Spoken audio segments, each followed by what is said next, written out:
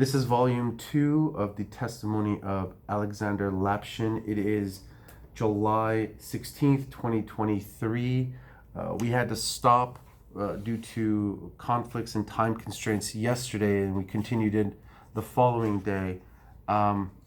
We had left off, Alexander, when you had gotten off the plane once you were extradited into Azerbaijan, and there was some Azeri government official or military personnel whose name you did not remember, who had told you to keep your head down, there's going to be journalists, don't say anything, and walked you down the stairs of the airplane. And so let's continue from there. So I just passed through the line of journalists. I took a lot of photos and videos, filmed videos, and they told me different things like Armenian spy, captured, you will go to be, to our jail because you supported the occupation of Karabakh and so etc. etc. But after about a couple of minutes, just to pass through the line of journalists, I was taken to the police car. As far as I remember, it was Toyota Land Cruiser, black color, and it was escorted by a number of the police cars. And how many people were in that Toyota Land Cruiser with you, if you remember? It was full of soldiers, so 2 people here, and I was in the middle, 2 guys just nearby me from both sides. And were they armed? Yeah, with machine guns, Kalashnikov machine guns. Understood. So where did they take you? Do you remember? They took me to the Kurdakhane prison. It's like half an hour driving from the from the airport. So the prison is in a form like a flower. So it's, I think, about 6 blocks. It's like a flower, 6-block form of flower. After about 30 minutes, I guess so, we arrived to the prison. I was taken to the special room where I was asked to take off my clothes. And so when you say you were taken to a special room, can you describe that room for me as you understood it? It was quite a big room, really big room. It's about 20, maybe 25 policemen inside, males and females both. So I just asked them, guys, do I need just to take off my clothes just in front of all of you here? They said, yes, this is prison, this is the room. We need to check you. I said, okay. So I just took off all my clothes, and I didn't feel comfortable because first of all, it was in the middle of February, actually 7th of February. It was really cold, and no any heater inside, no air conditioners. It was really cold inside. And I was just naked in front of them. So, and they took photos of me, just naked photos and video from the cell phones. And one of the policemen asked me, I see you don't have a circumcision. I said, okay, is it against the law of the Republic of Azerbaijan or something? They said, but you're Armenian. I think you're Armenian because all the Jews, they have it. I said, look, I was born in the Soviet Union. 99% of Soviet Jews, they don't have it because it's prohibited in the Soviet Union. So I just heard they talk between them in Azerbaijan language, Armani or something. And they took photos of me just standing naked in front of them. So it was really kind of abuse and harassment. I didn't feel good. So after about half an hour, I was taken to the solitary cell. It was a special block of the prison for those who just arrived. So during the couple of days, maybe 3 days, they are taken to the medical checks. I was alone in the cell. So next morning, I was taken to the medical block, which was kind of a clinic inside the prison. I just had a blood test, and they basically they checked everything, blood test, and they checked. They just looked at my eyes, and they said if you had some sicknesses, like I don't know, I forgot the name in English of this kind of sicknesses, but it's like a normal checks, nothing special. Did they do, I don't mean to interrupt you, but I don't want to lose my train of thought on this question. Did they do any kind of invasive checks on you other than the blood work? Did they touch you in any uncomfortable ways at all? Yeah, I think so. Do you think so, or do you know so? That's it. So they checked my, genitals. Mm-hmm. They checked with like fingers. And what else? They ask if I have some sexual transmitted diseases or something. And they said, could you please just how to say? Just stay at 4, like, and to check inside. Understood. Yeah. So, They said this is according with the rules of the jail. So then I was taken back to my solitary cell. I spent there like maybe one more day, and then I was moved to another block for the cell number 10. It was the cell number 10 and the block number 4, where I spent the rest of the time. I mean, 7 months. okay. And so, right now I want to talk about the cell itself. Can you describe what the cell looked like in terms of size, the contents inside it? What did it have? What do you remember from it? It was actually a small cell. In meters, it's like 3 meters on 3 meters. I think it's like 9.5 foot. Yeah, 9.5 to 9.5, more or less. No window. Toilet, restroom is just a hole in the concrete. So I had water couple of hours in the morning and couple of hours in the evening. So all the time, every day, I have different troubles with the water. I was just opening the tap, so I didn't have water. And I was taken to take a shower once per, I think, 7 or maybe 10 days. Because inside my room, inside my cell, I couldn't take a shower. Because the water was cold, first of all, and the second, I didn't have the, how do you call it when you take a shower? Shower head? Yeah, shower head, yeah. So that's it. Every day I was allowed to go for walkings for about 1 hour per day, but it was a small like walking yard with the same size, exactly the same size like my room. So 3 meters on 3 meters, really small. It was connected with my room, my cell, sorry. And they opened the door between the two, like for 1 hour per day. And so in that open area, that connected room, Yeah, it was there any sunlight in that connected room? So how to explain you? It was like, just imagine you have a small, you have one big room, let's say 6 meters on 6 meters, 18 on 18. Yeah, 18 on 18, just divided in two parts, and the door between the two. So every day I was allowed to, they were coming and opening the door, I could just walk around. Understood. So they just gave you more room. But Yeah. in that second room that they would open the door for, Yeah, was it yeah. open to the environment, or was it also a So- closed door too? So I just could see the fence, but at least I could see the sun and little bit sky. Okay. That's it. Okay, so in your actual cell, when the door was closed for the majority of the day, you had mentioned that there was No windows. windows, No correct. window. No window. Did you have any form of artificial lighting?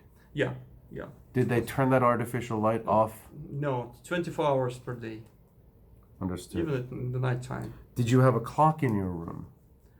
No, I wasn't allowed You weren't allowed at all? at all. So, How did they ever come into the room and tell you what time of the day it was, or was there any speakers around that would tell you it's 12 o'clock right now or 6 o'clock? No, never. So I tried to figure out, for example, if they were bringing the porridge means it's morning, like breakfast. So soup with little cabbages and small pieces of potatoes, which means lunch. And mashed potatoes or porridge once again, which means dinner. So that's it. But in my own opinion, I think so. They changed the food just to make me feel confused. So I just couldn't know if we're talking about daytime or nighttime. So I felt all of day long, I felt a little bit tired. So I just wanted to go to bed. but I was thinking, it's no sense to go to bed now because this is about maybe 2 or 3 p.m. So it's not a time to go to bed. So after about a couple of weeks, I felt they do this for, like intentionally, just to destroy my psychological health. But then I paid attention to the prayers in the mosque. It was a kind of village. I think so. It was the village nearby the prison, and it was a mosque in this village. So I can hear the prayer like Allahu Akbar. So because I studied Arabic a little bit in Israeli university, so I could understand. Is it morning praise or evening prayer at least? So it's helped me a lot, basically. Okay, because you had earlier said that it was 2 or 3 o'clock in what you were saying, but was that timing that you're talking about, was that what you thought mentally, or was there anything to notify you that it was approximately 2 No, I or was 3? not mentally. Understood. Did you ever ask them what time it is? I asked. And what did they say? Most of the time, they answered me, we don't speak Russian, we don't speak English, sorry. Sometimes they told me, sorry, we're not allowed to communicate with you. That's it. Understood. And you had mentioned food. So I want to talk about that. How often were you fed food in a day? 3 times per day. Okay, so breakfast, lunch, and dinner? Yeah, that's it. Let's talk about your breakfast. What did they give you in breakfast that you could remember? Porridge, always porridge. Was there anything else accompanying the porridge? No, nothing, just porridge. Sometimes pieces of bread. Was there any meats or fish? No. Never. Not even in the porridge? No. Okay. No. The same with lunch. No meat, no fish. So I would say, like globally, haven't seen any meat or fish for 7 months long in Azerbaijani jail. Understood. So I was just dreaming about, let's say, egg, a small piece of fish or something. For those 7 months, you had dreams of just protein? Yeah. Understood. Did they give you any protein at any point in time in that 7 months that you were there? No. Okay. Did they give you any vegetables at least? No, not at all. Okay, so let's talk about lunch. What would they normally give you for lunch? Normally it was soup, two kinds, two options. First option is just, they call for this borscht, Russian borscht. But normally Russian borscht is a little bit different, actually too much different. So Azerbaijani jail borscht is just water, small pieces of cabbages, some potatoes, and I think they put some, cubes of Maggi, just. And with that soup, was there anything else that accompanied that soup? No, soup only. Small pieces of bread, plus small pieces. But this is a special prison bread. This is not kind of prison from. This is not a bread from the supermarket. This is the bread cooked by the prisoners themselves. It's extremely bad quality, so it's kind of grilled from outside. But from inside, it's more like it's look like a mashed like porridge. Understood. So when you eat this bread, you have a lot of troubles with your stomach. So I didn't eat it. Well, I think the only time when I tried to eat this bread, it was a small screw inside, so I broke my teeth. Oh, you did? Yeah. When did like that a small happen? piece of screw, metallic piece. And did you recognize it as a screw? Yes. Yeah. And when did that happen approximately? After about, I think, maybe 2 months in jail. So I asked the guard, so I broke my teeth. I said to the guard, look, I broke my teeth. I have really problem because even previously I had, how do you say, plump, how do you say in English? When you have teeth treatment, so they put to close Cavity, drilling? cavity, yeah, I think. Cavity, let me. Sure, just Yeah. what do you need? My smartphone. Go Can I ahead. take it? Yeah. There's a specific word I just forgot.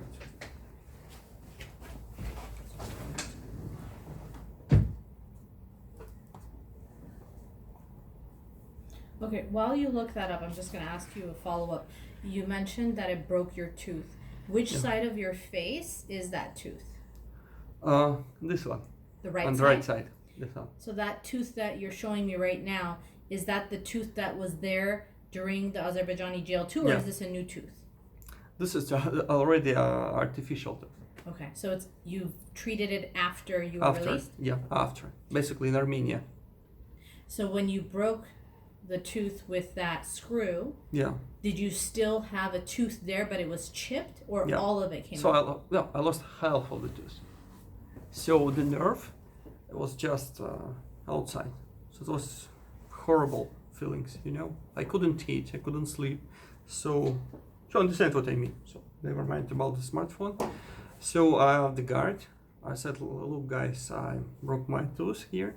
So I need a doctor, basically.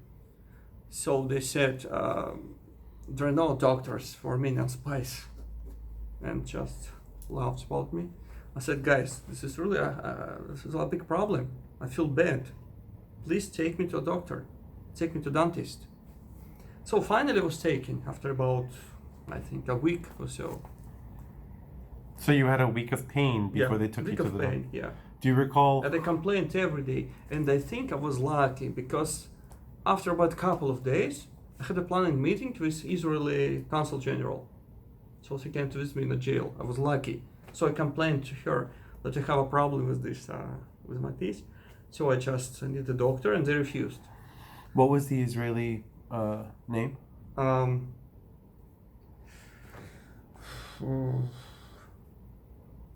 Let me check. Sure. I remember her face, but I forget her name.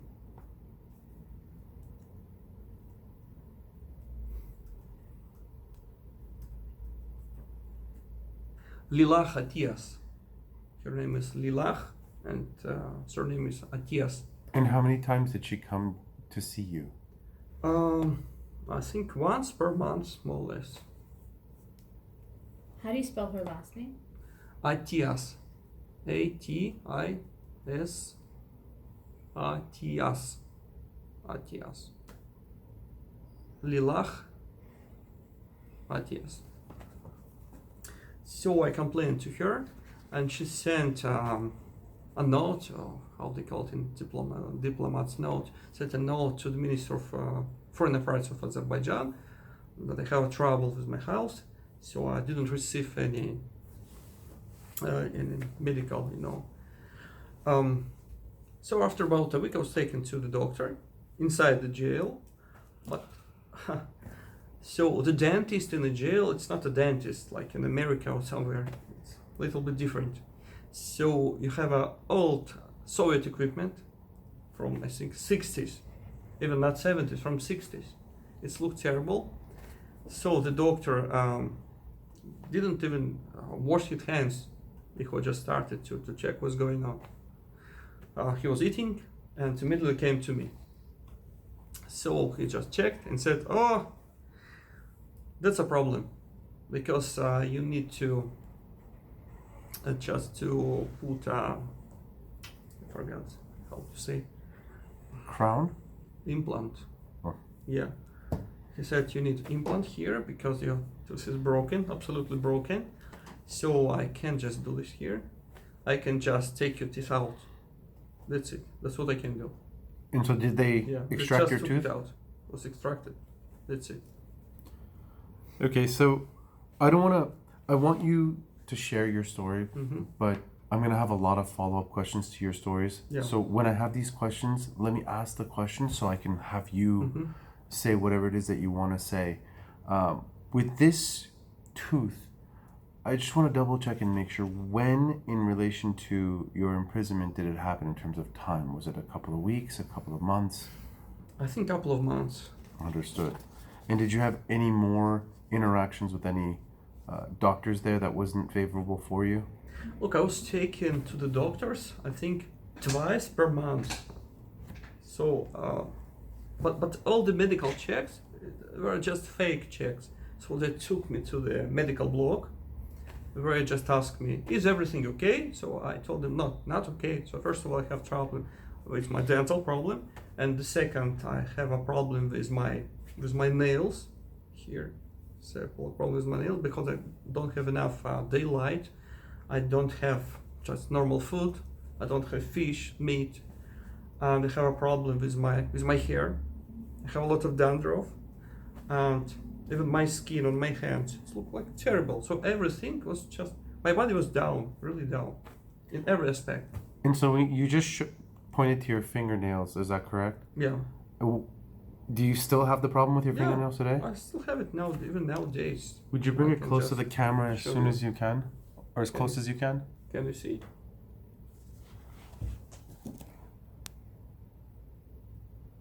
Yes. Yeah, you can see. Did you ever go see another doctor after you were released about those fingernails? Yeah. So of course, with the doctors in Israel after I was released, I was told it's a really complicated issue. It's not connected to. Look, once again I need to check medical words.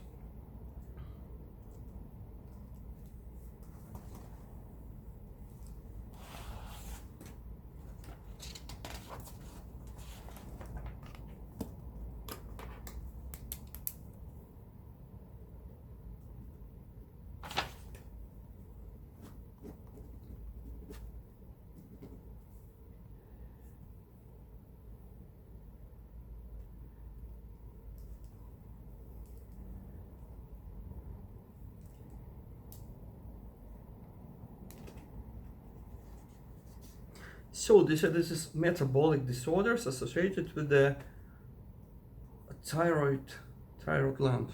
Thyroid gland. Thyroid Understood. gland. Do you remember the names of any of these doctors? Even Azerbaijani doctors? Correct, the ones in the prison. No. Do you remember what they looked like? No, I don't remember.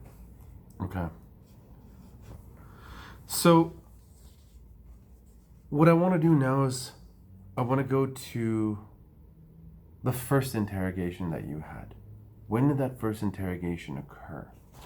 Actually, on the next day after my arrival. Okay, and So talk on to the me about same that. day when I just had the medical checks and blood test, on the same day after maybe an hour I was taken to the interrogation. Okay, so describe to me, how did they take you to the interrogation? Were you taken handcuffed? Yeah, I was taken handcuffed from the medical block to the special administrative block. What were you wearing? I just walked, I think, 5 minutes. No, what clothes were you wearing? Clothes, just my jeans and the jacket, and that's it. So it was the same clothes that The you same had on? from Belarus. Okay. The same one.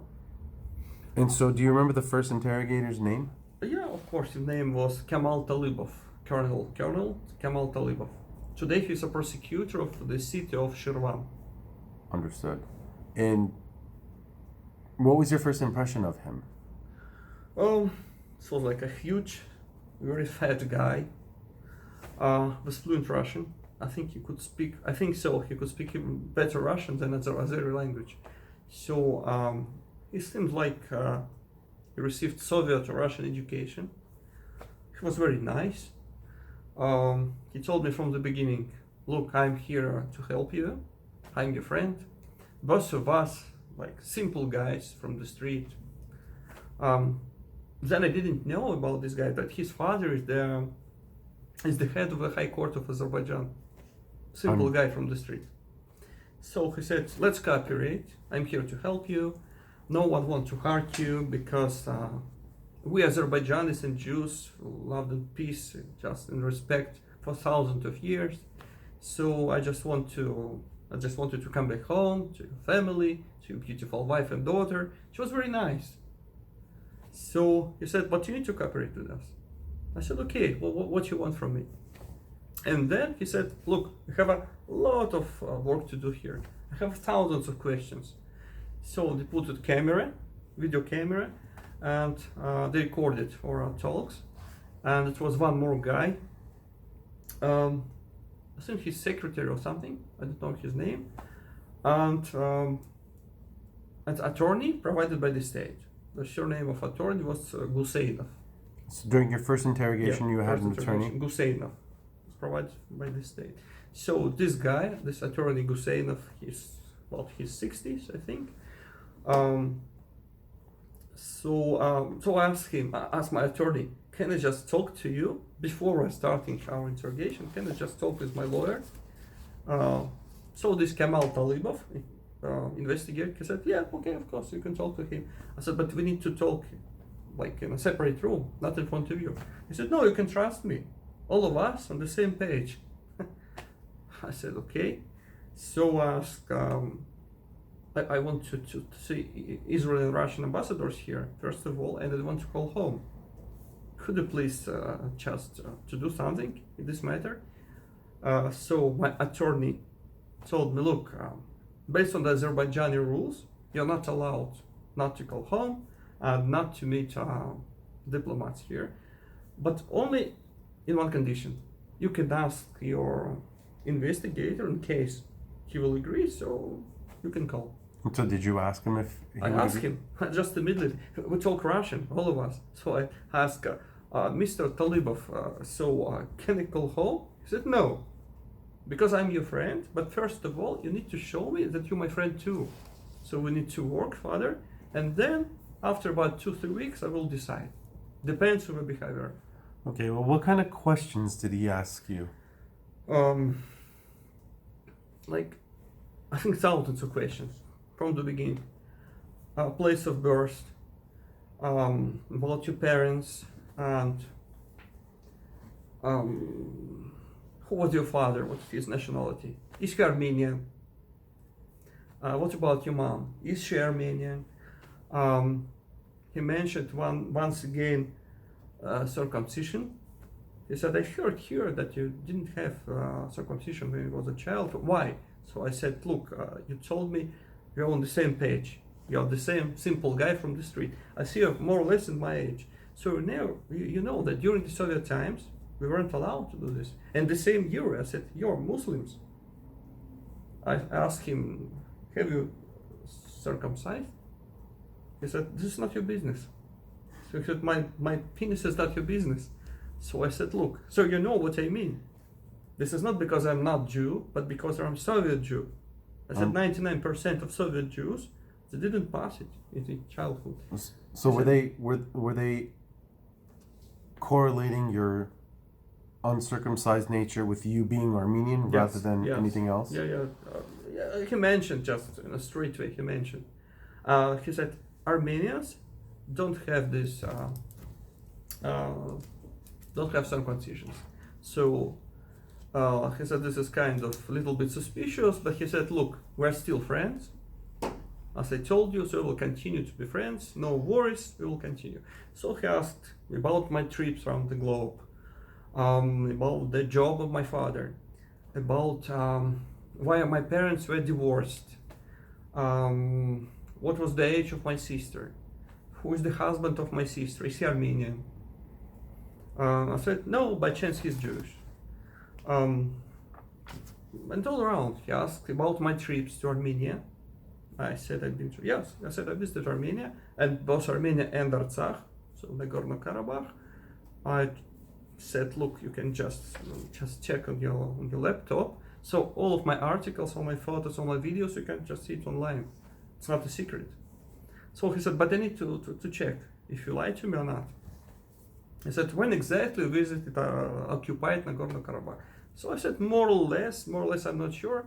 Maybe May or April 2011, but I'm not sure because it was a long time ago. He checked, he said, okay, that's okay. So just tell me, what did you do in the occupied area of Nagorno-Karabakh? I said, I was just traveling with the car with my friends. Who were your friends? Look, I couldn't mention their names. And I will not mention the names right now. So I told him, look, I don't remember. He said, how come? He said, you look like an educated guy. So you mentioned here in your articles a lot of like complicated things. So you know our history, you know everything around our conflict with Armenia and occupied territories, you know everything about the creation of the Republic of Azerbaijan. But you don't remember who you traveled with like 4 years ago? I said, sorry, I don't remember. What do you think would have happened if you gave him their names? We could initiate criminal proceedings against them, and I couldn't inform them. Were there any kind of questions that he asked that stood out to you, that shocked you? I think at one of the interrogations, it was already much later. I already received my lawyer from my family. It was after about maybe 20 days, and for some reason, this investigator mentioned interesting thing. He said, "Have you ever heard about Khojaly?" I said, "Yes. It was a place of big fight between the Armenian and Azerbaijani forces. It's very close to Stepanakert." He said, no. This is like Auschwitz. He said, it's like Auschwitz for Jews. I said, okay, I'm sorry. He said, Armenians kill thousands of innocent Azerbaijanis, mostly like elderly people and children and women. And I said, okay, I'm sorry. And it was one more investigator. His name was Vugar Nasibov, Colonel Vugar Nasibov. From time to time, he was coming as well. So Vugar Nasibov told me that the Armenians just opened the stomachs of the impregnant Azerbaijani woman, and they just cooked hashlama from the just unborn children. So was he pretty much just telling you a story from his mind? I think so. At least I remember asking him, how old are you? He said like maybe 40, more or less than my age. He said maybe 40. So I asked him, look, did you take a part in the First Karabakh War? He said no. So I said, but you've seen these happenings that Armenians eat people. He said, I heard from somebody. I asked, who exactly? He said, I don't remember, but many people, there are a lot of evidences, a lot of books written. You can just check it in YouTube and different books. And I said, okay. You had mentioned earlier that you had a new family attorney that was representing you, and you said about 20 days after this about initial. 20 days, more or less. What was the name of that new attorney? His name is Eduard Chernin.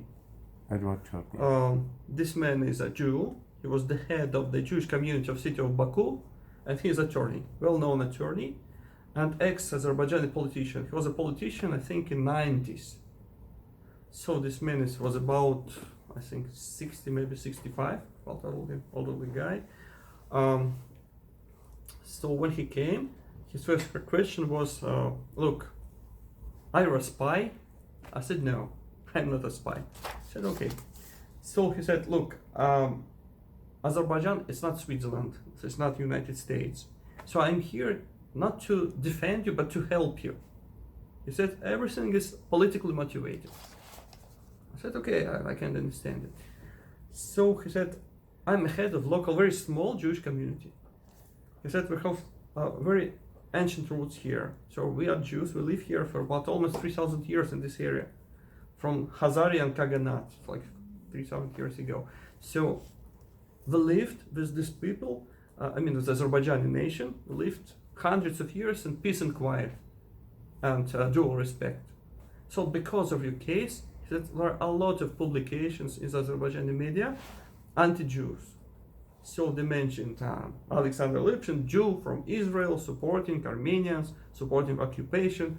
So he said, I live here in Azerbaijan for 60 plus years. So this is the first time in my life I hear so much like dirty things about Jews. And this is because of you. And so when he said, I've heard so many dirty things about Jews, was he referencing Azerbaijani citizens saying it about the Jews that live in Azerbaijan? Yes. He said a lot of publications in pro-government media, in social media, everywhere. So he said many Azerbaijanis that talk about the Jews. Some Jews cooperate with Armenian separatists, and this Jewish cooperating with Armenian intelligence, etc., etc. So he said, I didn't like it. He said, I want to take you out of this prison and to forget about you. So he said, you are just bad luck for Jewish community of Azerbaijan. What else did he say about the Jewish community of Azerbaijan and your presence in Azerbaijan? So he said a couple of Jewish cemeteries were just vandalized because of you. I said, look, this is not because of me. This is because of Ilham Aliyev. So he said, please, let's not mention this name here. So I'm here to help you. So please help me to help you. And what did he want you to do? So he said, first of all, he said, please, no jokes with the investigators. Please stop it. Because I said different things. For example, that it's very. I said to investigators, so this Kemal Talibov told him, look, I feel here very strange because all of my life, most of my life, I lived in Israel. So I was a soldier in Israeli military, and I took a part in different, border conflicts in Lebanon and Syria.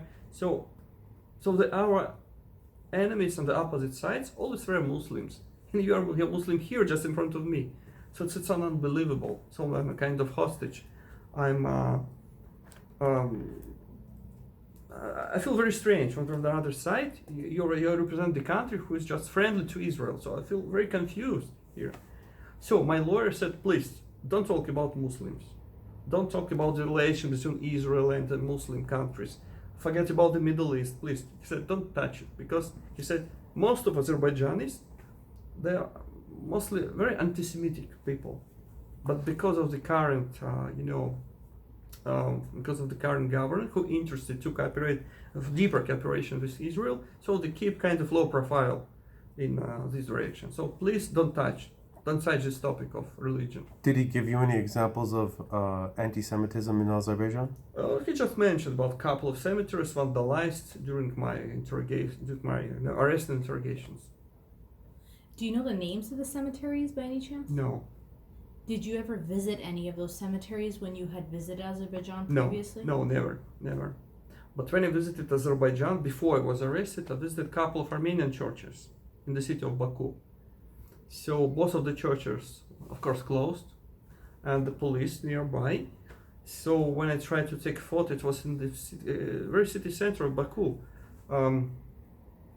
What was the name of the street, like main boulevard of Baku? I will check. What's the name? So it was the biggest Armenian church in the city of Baku. But you said that it was closed, correct? Yeah, okay, never mind. It was closed. So when I tried to take a photo of this church, so a couple of policemen approached me and asked me, who are you? Can we see your documents? I said, please, just presented my, I think, Russian passport. So they said, are you Armenian? I said, no. But they asked, why are you taking pictures of this church? I said, so why not? This church is beautiful. So they said, okay, but please, no photos. Did they ever tell you if the church would open during the week? I asked about the church. I said, look, the church is closed now, but can I visit this church? They said this church closed from 1990 or something. They said this is just a historic monument, and they said this church is not Armenian. They said this church belonged to Albanian church or something. Understood.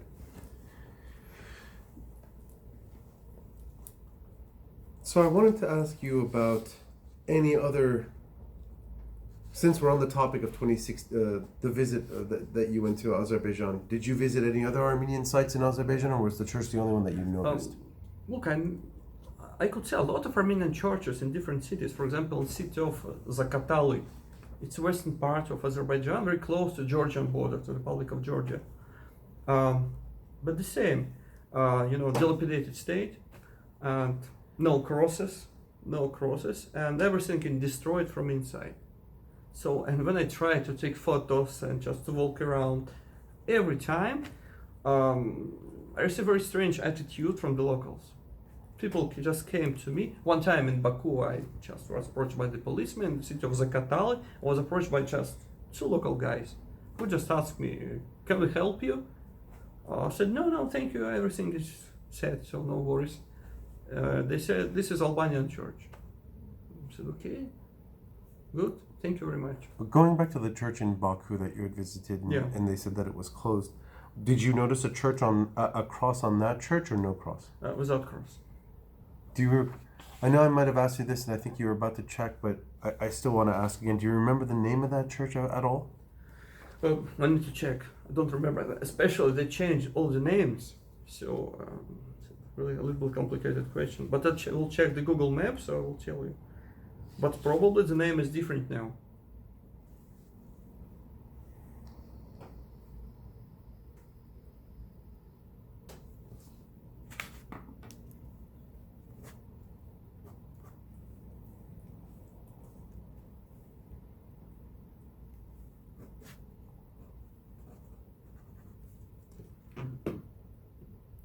While you're checking, I do have a question that just popped into my head. You had mentioned that you had two attorneys, one provided by the state of Let me show the church.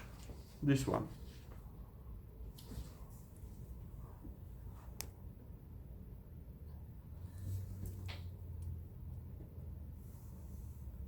Thank you. This one. Thank you. You had mentioned that you had two attorneys, and you said a fair amount about the second attorney. Did the first attorney that you received that was supplied by the state of Azerbaijan, was that individual helpful to you at all? No, not at all. On the contrary, he said I need to cooperate with the investigators and to admit my guiltness. Is that the... When did he say said that? from the beginning, from the first meeting. Did he try to coerce you into, signing anything or any? What did he do? What did he do that made you feel that way? I think I had to sign some papers, power of attorney or something. I had to sign it.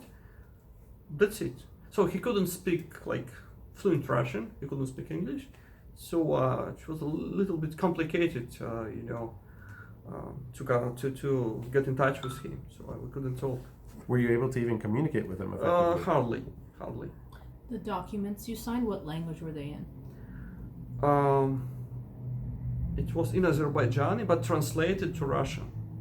And was the translation in Russian written, or someone was translating there for you? It was not just printed, but without any stamp of the notary or something. So I just cannot check. It was the same like Azerbaijan language or not. And you're not signing the Russian version, are you? They asked me to sign both versions. Okay. Understood. I might have asked you this in the beginning or earlier in this testimony, but for the sake of just being sure, do you remember the name of that first attorney? His surname is Guseinov, but the first name I don't remember. Guseinov. Did he ever tell you his first name, or did he just introduce himself as Guseinov? I remember the surname from all the documents. So. Understood. Male or female? Male. And do you have an initial for the first name? I don't remember. And if you saw a picture, would you be able to identify Guseinov? Yeah, sure. But you know what? Let me check in the news, because I think he provided some interviews to the pro-government media. So I think they mentioned his name. Go ahead. And while you're searching for it, did they ever give you a copy of any of the documents that you signed? No, never. So you don't really know what you signed, correct? Exactly. So I had both Russian translation and Azerbaijani original, but I'm not sure if it was the same, because there is no any stamp of notary. Understood. Yeah.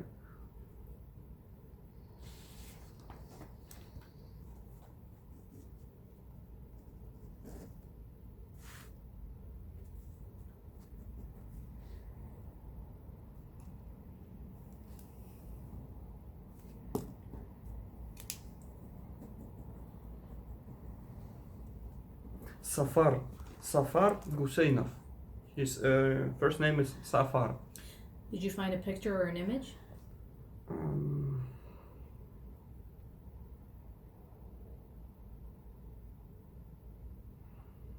Internet is very slow.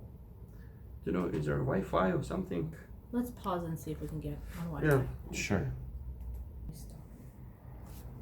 So we're back on the record, and what we did was we provided Mr. Lapshin the Wi-Fi information so that he has access to quicker internet speeds for whatever search he was going to do. So we had asked you if you recalled the name of your first attorney that the state of Azerbaijan gave you. Did you find or locate that individual? I found. His name is Safar Guseinov, and I will show his picture. So his information appeared in the official website of attorneys of the city of Baku.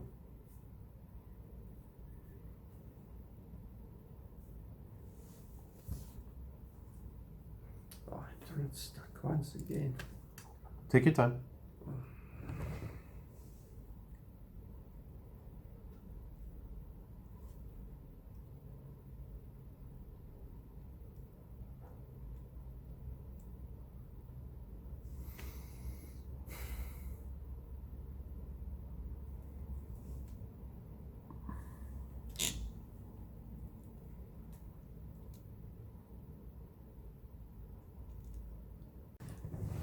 Husseinov, Safar, Gulu, Magli. So let's go from top to bottom. Can you bring it down lower a little bit? Get a focus. And now and now go up a little bit. And bring it back down just a little bit more. And so this gentleman was your first. Yeah, my first attorney, provided by the government. Okay. And this was the one that said, just cooperate them. Yes, yeah, exactly. Okay.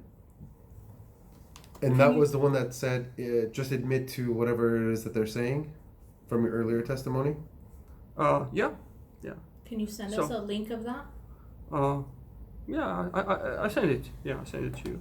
You Okay. can find it in his email on mail.ru, Russian email. Understood. Yeah. So, His telephone number. did you feel that he was effective for you at all? Not at all.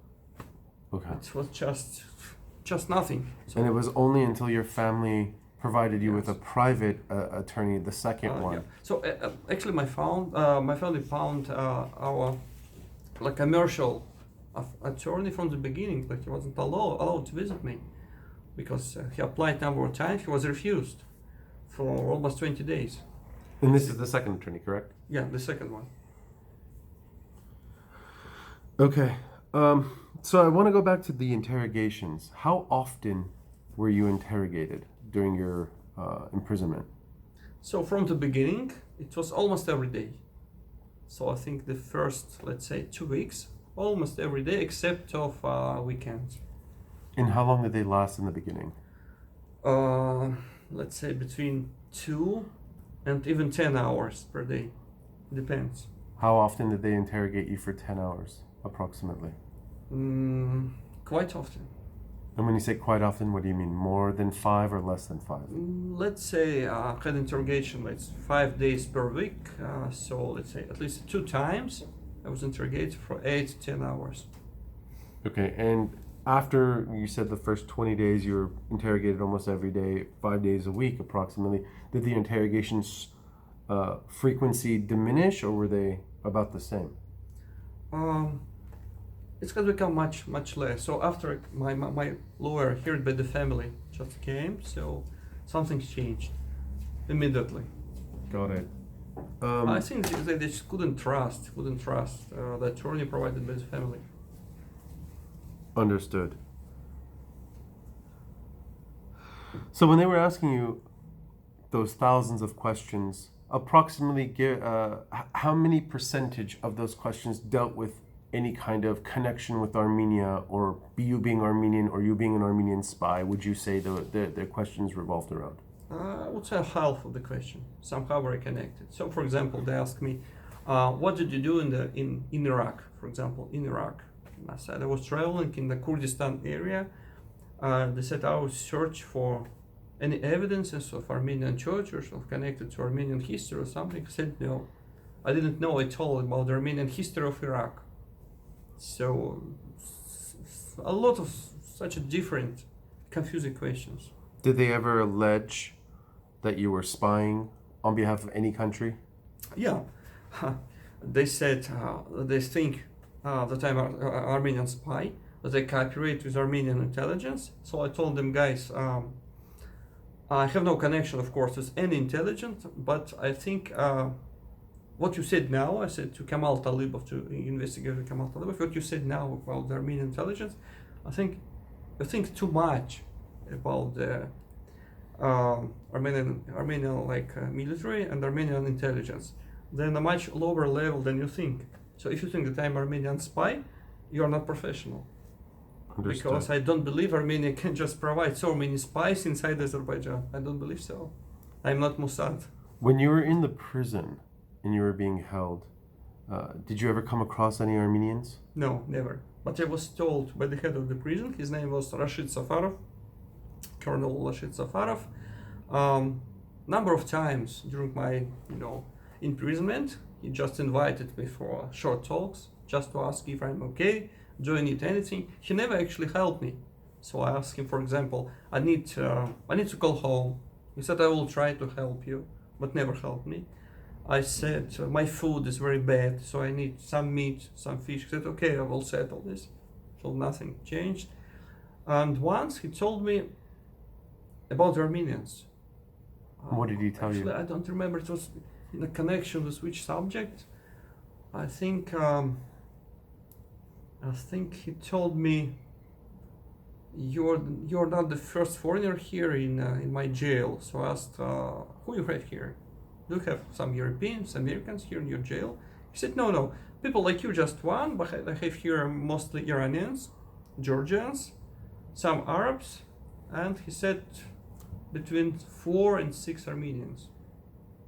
Did he tell you what those Armenians did to be there? Yes, I asked him. He said they are just Armenian terrorists who just tried to enter the Azerbaijani territory and kill our people. So they were arrested and received a sentence, so they're here now. And this was approximately 2016 or 2017? 2017.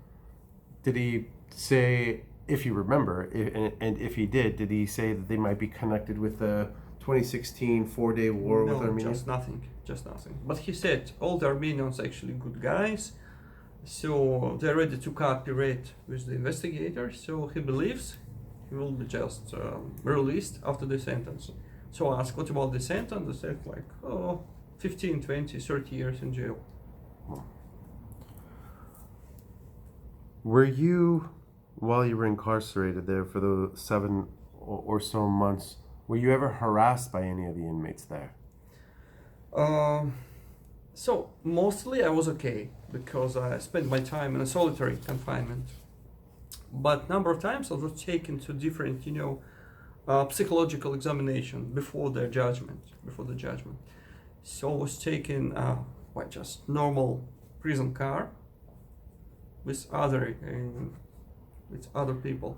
So they just recognized me from the television because there were televisions in some cells, not in mine, but in some cells. So they called me Armenian prostitute, Armenian spy. We will fuck you. We will get your mother. We will fuck your mother. We will fuck your child. Different, bad words. And these were the inmates that were saying this to you? Sorry, could you please repeat? And were these the inmates that were saying this to you? So I asked the guards, could you please take me to examinations with another car? So they agreed. So that's it. Okay, and you had said that you were in solitary confinement. How often were you in solitary confinement throughout your stay? 7 months. For all 7 months you were in solitary From the confinement? beginning till the end. Did they ever, other than any kind of human connection with the guards, did you have any other human connection with any other inmate or anyone else?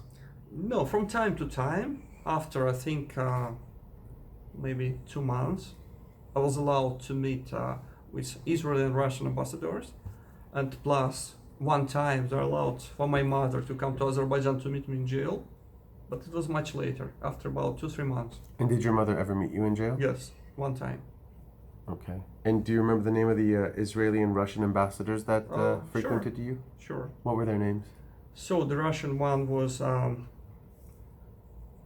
Olga. I need to check. And the Israeli one, Lilach Atias. As for Russian, her name was Olga, but I need to check her surname. She's nowadays ambassador in Nigeria, I think. I will check.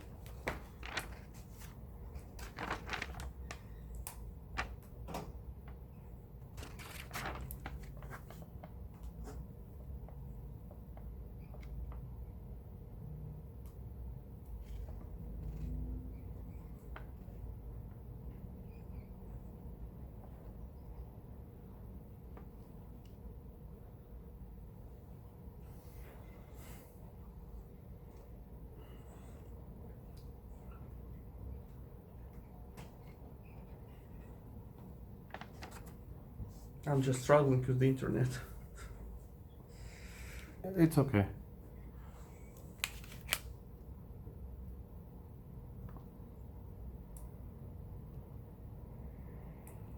How often does she frequent you? Olga Yuryevna, but I need to find the surname. Once per month. Once per month. Yeah. And did they And give the you same any, for Israelis. and did they give you any updates? Yeah, I think actually they were good to me. So both Russian and Israeli consul generals. So they said, at least they said this case is very sad. So I didn't expect such kinds of behavior from the friendly Azerbaijani government. They said that they're just struggling to take me out from the jail. They asked a lot of questions about the conditions of my confinement. They said about the food. Talked about the food, about my medical condition. That's it, very nice actually. Once I asked the Russian Consul General, could you please bring me some books? Because I'm a little bit going crazy here, without television, without newspapers, without books, without any contacts with outside world. She said, I will try, but look, she said, I already asked the local chief of the jail, the above mentioned Rashid Safarov, the head of the jail. She said, you're not allowed because of safety reasons. Which kind of safety reasons? She said, because of risk of fire in your cell. I said, how come? Which kind of fire? I just need some books to read. So she said, that's it. But finally, I think after about 3 months, she was allowed to bring me the Bible.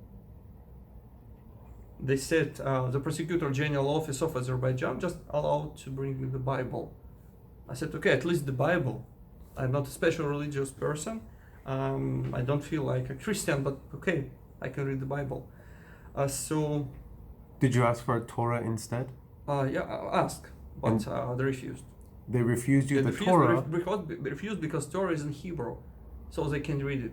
They were afraid. I received the books with some, something inside, not understandable by them. Some messages from my family, from Armenian intelligence, from anybody. So they said the books must be in Russian language, or Azerbaijani, or Russian. That's it. So that's why Torah was prohibited. So did any of those two government officials, one from Israel and one from Russia that you're mentioning right now, did they ever tell you why Azerbaijan was not releasing you? Look, they're diplomats. They just couldn't talk to me just in a straight way. But I think they tried somehow to explain me what's going on. And what did they say? For example, the Consul General of Israel, Lila Hatias, she used her notebook just to write something with her pen, and then delete it with eraser. So, for example, she said that Azerbaijanis tried to extract some military technologies from Israel in return of your release.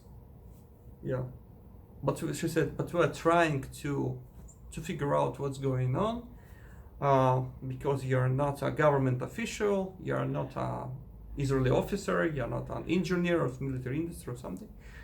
It was very strange.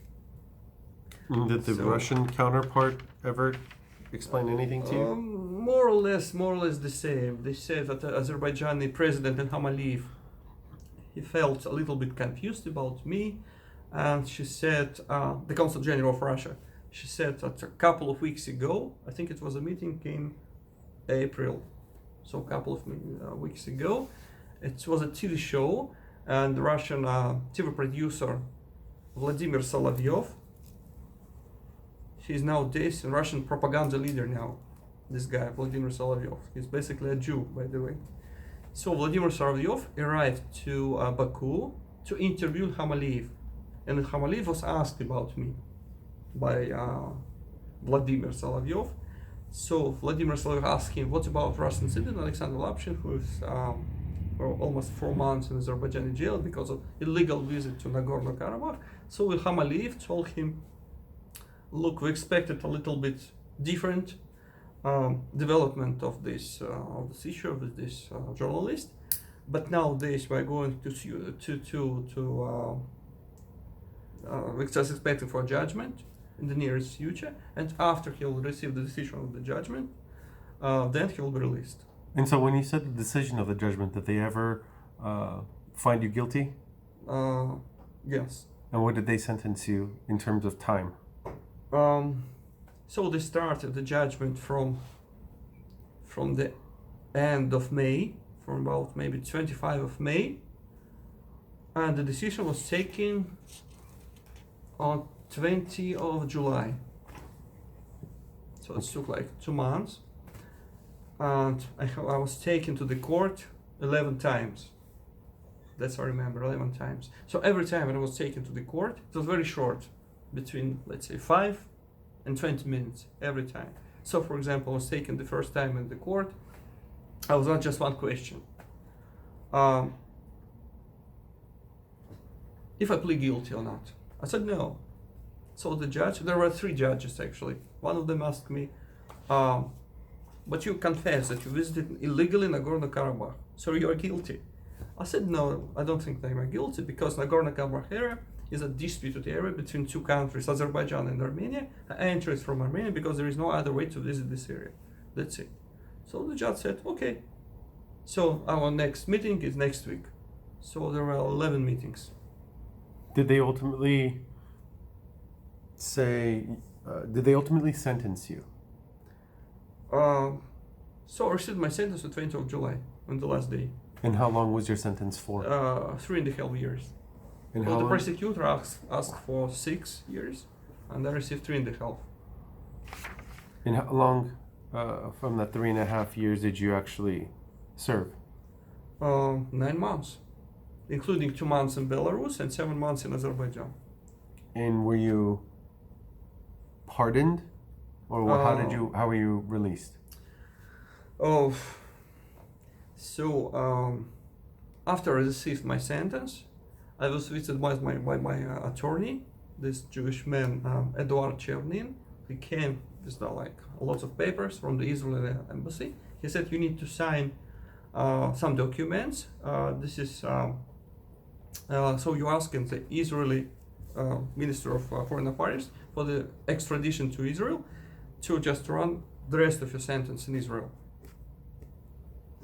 So I said okay, because I was sure after I arrived to Israel I'll be released immediately, regardless of the sentence. And did you sign those documents? Yes, I signed all the documents, and so the lawyer, the attorney, told me, of course, you have an option to apply to the High Court of Azerbaijan to ask for less sentence and so on, but he said it doesn't make sense, because they're going to release you in any case. So even if you receive 20 years, you're going to be released around September, October this year.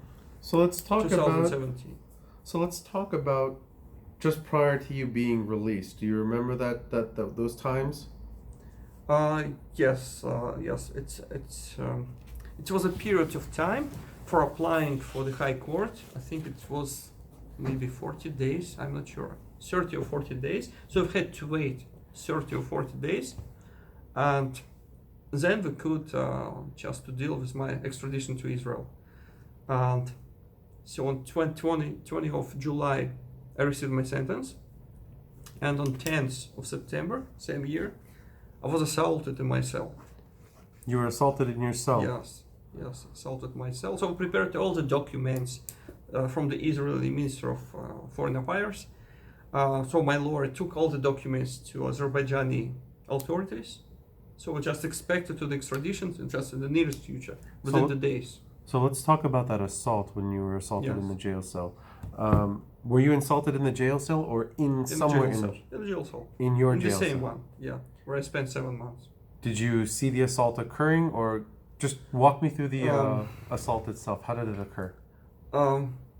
It was the birthday. I remember this day perfectly. It was the birthday of my mom. So I was allowed on this day. I was allowed to call to my mom to congratulate her. It was her 70th birthday. So I called in the morning. I think I'm not sure if it was morning or maybe like lunchtime, because I didn't have a watch. Then I came back to my cell. Of course, they listened to my conversation with my mom. Every time when I called to my mom, they told me, but please speak Russian only. Don't try to speak Hebrew, English, any other language. Otherwise, you'll just stop the conversation because we're just listening. I said, okay. So I came back to my cell. I think after about 2-3 hours, I went to bed to sleep because it was. So I had a dinner. Yeah, I had a dinner, and 2 maybe 3 hours after the dinner, I just went to bed. And I think so. I'm not sure. Maybe around 1 a.m. more or less. But I will repeat once again. Didn't have the watch, so I couldn't check the exact time. Heard somebody just opening the door with the key. And when you say the door, you mean your prison cell? Yeah, prison cell. Somebody tried to open the door, but it was kind of normal because from time to time they were coming in the middle of the night just to check am I still alive. So we were opening the door, enter inside the cell, and just touch me with the finger, asking, "Are you okay?" I said, "Yeah, I'm okay." So it was more or less normal. So I just continued to sleep, and then I heard something strange because I don't remember exactly what. It was What something. did you hear? Normally, I think 1 or 2 guys entered my cell to check if it's still alive, and they heard like many people entering the cell. It was something strange noises. Footsteps, maybe? Yeah, maybe footsteps, something strange. So I opened my eyes. So when I opened my eyes, I could see 4 masked men with the mask on their faces, like the holes here, like the mask of the special forces. I could see all of them because of the lamp, because of the light, 24 hours per day. And I could see them for about maybe 3, maybe 5 seconds because they just put something on my face, maybe pillow, maybe blanket, I don't know exactly. So I couldn't see anything, and I feel like 3 of them kept my legs and my hands on my chest and started to strangle me with the fingers like this. So I couldn't see it. I just felt that I'm going to die. So I think after about maybe 10, maybe 15 seconds, I lost my consciousness. I felt like something is broken, like crack, and I lost my consciousness. So in that 10 to 15 seconds before you lost consciousness, did you feel them hitting you at all? Yeah, I was beaten. By hands, by legs. I don't know what. They just moved my head like I received I was beaten in front of the wall or something. It was terrible. And I apologize for asking these Yeah. questions. I know it probably brings back terrible memories, but I have to ask, when you say that you felt them beat you, do you recall where on your body you felt beaten? Because you had earlier testified that you had a pillow or something on your face, but where did you feel on your body that you were being And my beaten? ribs. I received a strong how say in English? Punch? Strong punches to my ribs from both sides, from here. Then I received a strong punch to genitals and like to my head. But it took maybe 10-15 seconds, that's it. And so that's It after didn't last that, for a long time. after about 10-15 seconds, that's when you lost consciousness. Yes. You said they were moving your head side to side and something about a wall. What were you? Can you clarify what you mean? So they just kept my head, and I think they tried to, I don't know what, to how to explain. So they kept my head and like this Against against the wall. Understood. And so, One second. So, like hitting your head against the wall yes, with against their the wall. hands holding your head. Yes.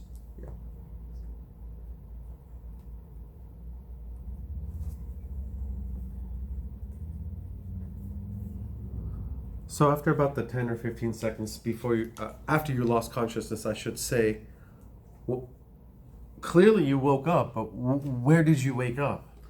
I woke up in the hospital, the central hospital of city of Baku. As far as I remember, it was after about between 3 and 4 days. Were you in a coma for 3 or In a 4 coma. days? I was in a coma, and so I just couldn't understand what's going on, because from the beginning I couldn't remember what happened from the beginning. So It when you took some time to remember what happened. So I could see the Consul General of Israel just in front of me, some Azerbaijani police, maybe army officers, and I was told I couldn't feel the left part of my body. That's what I remember. do you mean your entire body or Yeah, entire body. So I just couldn't move my left hand, and I didn't feel my left leg. It was more or less like a stroke. So I couldn't feel it. I couldn't see with my right eye because it was a huge hematoma on my right side of my face. So I didn't feel the left side of my tongue, more or less like a stroke, as I understand it. I couldn't speak. Because I had a broken, I think hyoid bone here, so a special bone that kept our tongue here. It was broken, so I have a plastic Brace. construction Brace. here. Yeah, so I just couldn't move. So the Consul General of Israel, Lila Hatias, she thought, "Wow, you're still alive." She said, "I have a great news. You were pardoned by the president of Azerbaijan." So I tried to tell her. I couldn't talk. So I tried, and I have a tube of artificial breath, So I couldn't breathe myself. So she said, "Okay, I will give you the piece of paper and the pen. You can just write it here." So I just tried to write. I didn't try to commit suicide, because she told me, "You tried to commit suicide." who told you that you tried to commit Consul suicide? General of Israel. She said, "They said, the Azerbaijani said, you tried to commit suicide, but they saved your life." So I tried to write on the piece of paper, "I didn't try to commit suicide, but assaulted to myself," In what language did you write that in? in Hebrew. So she just took this paper, just put it her key, and just whispered she said, "I know everything. So after I will be back home, you can tell whenever you like. But now we need to keep you safe. So please quiet." Again, and I'm fairly certain you've probably told me her name again, but what was her name again? Lilach Atias. She is the Consul General of Israel to Baku, and nowadays she is the Consul General of Israel to Kiev, Ukraine. And just to be clear, when you opened your eyes, was it strange to you that the Consul General of Israel was in your hospital room? I couldn't remember clear what's happened because I was under sedation. Of course. So I didn't think much. So later I was told by my wife actually that Consul General of Israel actually used her cell phone, this video function of her cell phone, just to show me to my wife. But I don't remember this. Understood. Just to be completely clear, other than the Consul General of Israel, who else do you remember was in the room? And if any of those people you Some remember their Azerbaijani name? officials. Do you remember? No, I don't remember them. Okay.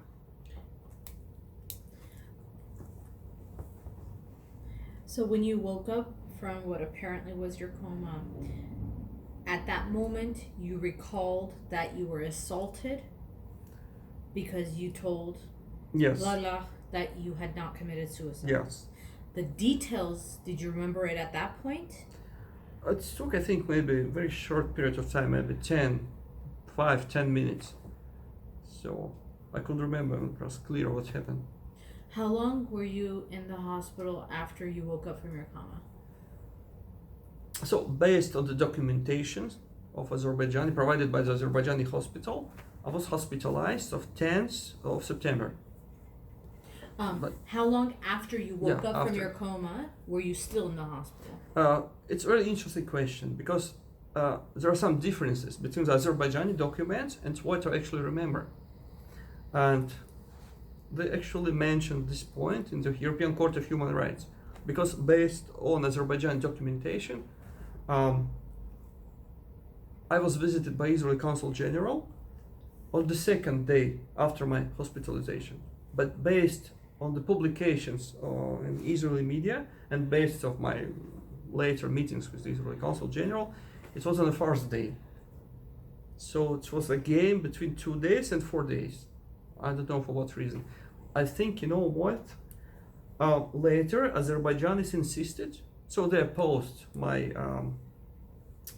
application to the European Court of Human Rights, my complaint, sorry.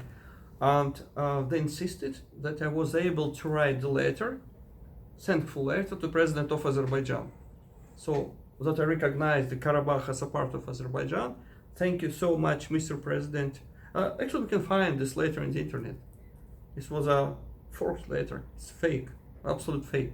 Because it was in a coma, I just couldn't write it. And so the date that was indicated in this letter, it was 11th of September.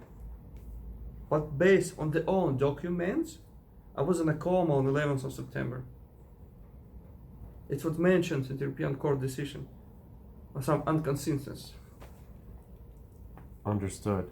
So according to you and your memory, Yeah. once you woke up from your coma, how many hours or days or weeks were you still in that Azerbaijani hospital before you were taken away? I think I was taken to Israel, I think next day. Okay, so let's talk Yeah. about that. First off, before we talk about that, I have a few more questions. How did you physically feel after you woke up and you were aware of the circumstances? You had just mentioned that you had I couldn't talk. I had caught every second.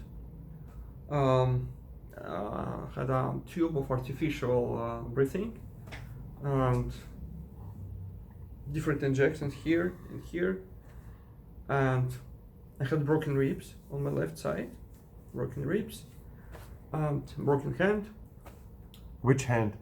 left hand. What part of your hand? I think so. It was also somewhere here. The wrist. Yeah. And broken this hyoid bone, and broken teeth. How many of your teeth were broken? 4 teeth.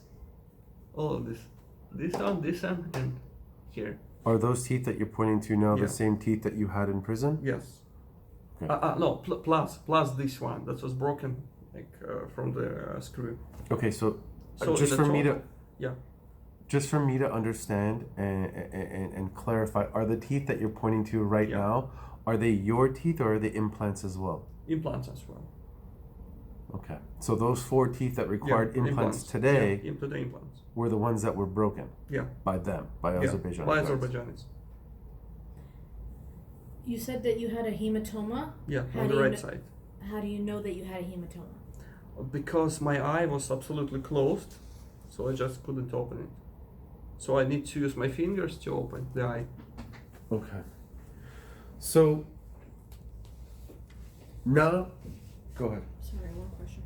Did you ever get a copy of your medical records, if any, from the Yes, hospital? sure, of course, I have it. In both in Azerbaijani language, and for some reason Azerbaijani translated all the documentation to English.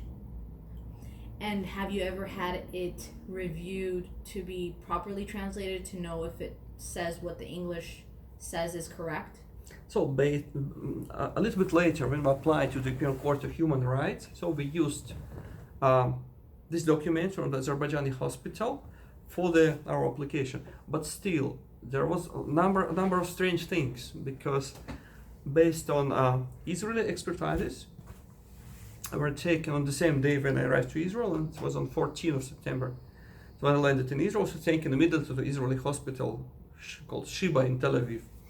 So Israeli doctors actually didn't believe to Azerbaijani papers. They took all the checks once again, MRT, MRI, everything, blood test, everything. So, and they checked the documents that I brought from Azerbaijan, and they said something wrong with Azerbaijani papers here. A lot of strange numbers, which we checked now, and it's not the same. It's a little complicated to me to explain because I'm not a doctor. So, for example, they said my blood test is extremely bad. So they said they found in the blood some medicine that normally used in psychiatric hospitals against the people who, not against, with the people, with the patients who just have, they produce some aggression or something. So I have like 5 times more than normally used. So finally, I think after some time, I asked them, what does it mean? So 5 times. So 5 times more than normally used. They said, Israelis told me, look, it seems like they try to destroy your mind, like to make you just psychologically depressed, and it's really difficult to explain. So, are you saying that the substance that they're saying was in your blood, according to the blood test, you in fact had in your blood work and was given to you at some time during your imprisonment? Yeah, and the Azerbaijani papers, blood test was taken as well. It wasn't mentioned. It was what? They didn't mention. Right. They didn't mention about the hunoid bone that was broken. They didn't mention about the broken hand. They didn't mention about broken ribs. So earlier when you were mentioning all these, the record got cut off and it did not record the rest of the testimony. So we're just going to go back to the point where you finished your stay at the hospital in Azerbaijan and take it from there. Okay, so the questions that I have now are, I want you to focus on after you woke up, after the Israeli ambassador or general consul told you that you're going to be pardoned and you're going to be released. When were you actually removed or released from the hospital in Azerbaijan into whatever country you went to next? So I was assaulted on 10th of September. Mm-hmm. I remember this for sure because on the same day it was the birthday of my mom. So I just called her in the morning and I was assaulted at night, more or less. And then 14th of September, so after 4 days, I was taken to Israel by a medical jet. Okay, so you were taken to Israel from a medical jet from Azerbaijan, and were there anyone accompanying Chartered by you? Azerbaijani government, yeah. Mm-hmm. Did any officials accompany you? No. Did you have any doctors accompany you? No doctors, but my mother arrived to Baku Okay. Were you in a to gurney? take care of me on the last day. So I met my mom at the airport, I think. Okay. Did you walk to the airport? No, I couldn't walk. I was taken by the trolley. Okay. So when you were on that plane, you were in a gurney, correct? Yeah, yeah. Okay. And so when you landed in Israel, did anyone other than your mother accompany you on the landing area? Yes, there were two minibuses. The first one of the border police, because they had to check my documents. I didn't have my passport. I didn't have my Israeli passport, so I just brought the device for fingerprints. They had to check my fingerprints. So they checked. They appeared my name, everything. They said okay. And the second was ambulance. So I was taken together with my mom. I was taken to the hospital, Shiba, Tel Shomer, and Tel Aviv. So you were in a hospital in Tel Aviv, correct? Yeah. And when you reached the hospital in Tel Aviv, were you evaluated by a doctor there? Yes. Yeah. So there is the rule. Every person who was just deported or just spent some time in a jail, in imprisonment abroad, she's on arrival to Israel. They take him to the hospital for medical checks. So this is the rule. This is the law. So I was taken to blood test. So considering my condition, because I was really in a bad condition, I was taken to the intensive care unit. So I couldn't walk.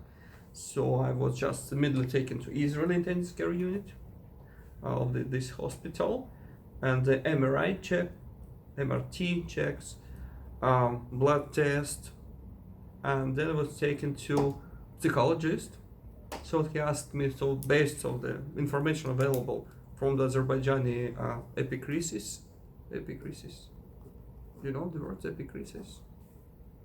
It's not in English. Epicresis.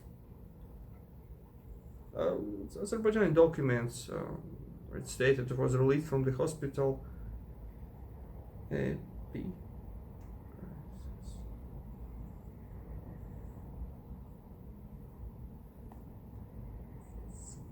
Epic crisis. Epicrisis. Epoch. What I haven't heard of it. What does it mean? It's basically in English. So this is the document. So when you release from the hospital, so you receive all the documents from this hospital about your condition. Discharge papers. Huh? We call those Yeah. discharge papers and Yeah, diagnoses. exactly. Discharge papers. Okay. I don't know, epicris. Okay, never mind. So, so I just I was taken to the psychologist. They asked me, so based on Azerbaijani discharge documents, you try to commit suicide. So based on our rules here in Israel, we need to check you, because we need to be sure you will not harm yourself if you go home, in case you will go home. So they asked many questions, but basically I couldn't talk. I could just write. So they asked me quite a lot of questions. The Israeli doctors. Did you? There were 4 doctors. So I didn't tell. I just wrote to them. So I didn't try to commit suicide. I was assaulted by 4 masked men in the cell. Actually, they didn't know just anything about my case. So I told them I was in prison because of my visit to Karabakh, disputed area between Armenia and Azerbaijan. They're just doctors, not investigators or something, not from the police. So they asked me, did you experience any psychological pressure from your cellmates? So I said I was alone, it was solitary confinement, no cellmates. So they asked, why did you try to commit suicide? I said, once again, I didn't try to commit suicide, so please. To clarify, you didn't Yeah. say them, you wrote it, correct? Yeah, I wrote it. I couldn't talk. So they asked, how can you prove that you're going to commit suicide once again? So I said, I'm not going to do this because I'm going to punish this country, the dictatorship, in the European Court, in the United Nations. So I'm not going to die. I want to die them first. Understood. So they said, look, okay, let's say you're okay.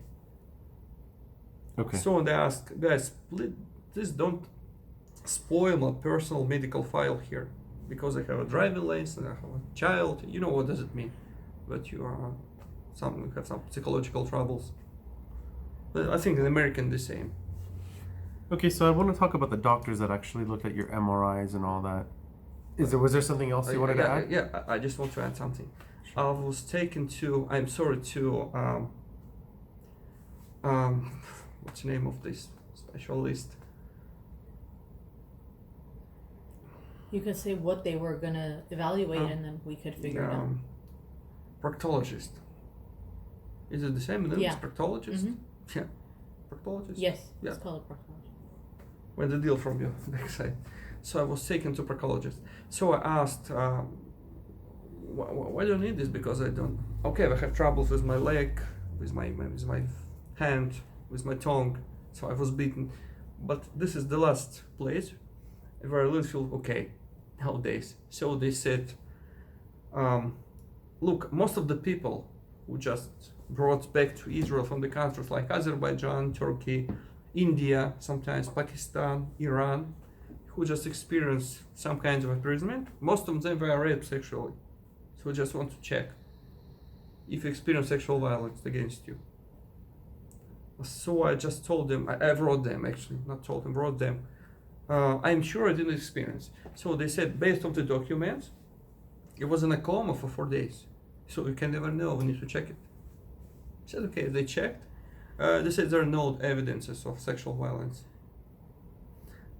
That's it. Okay.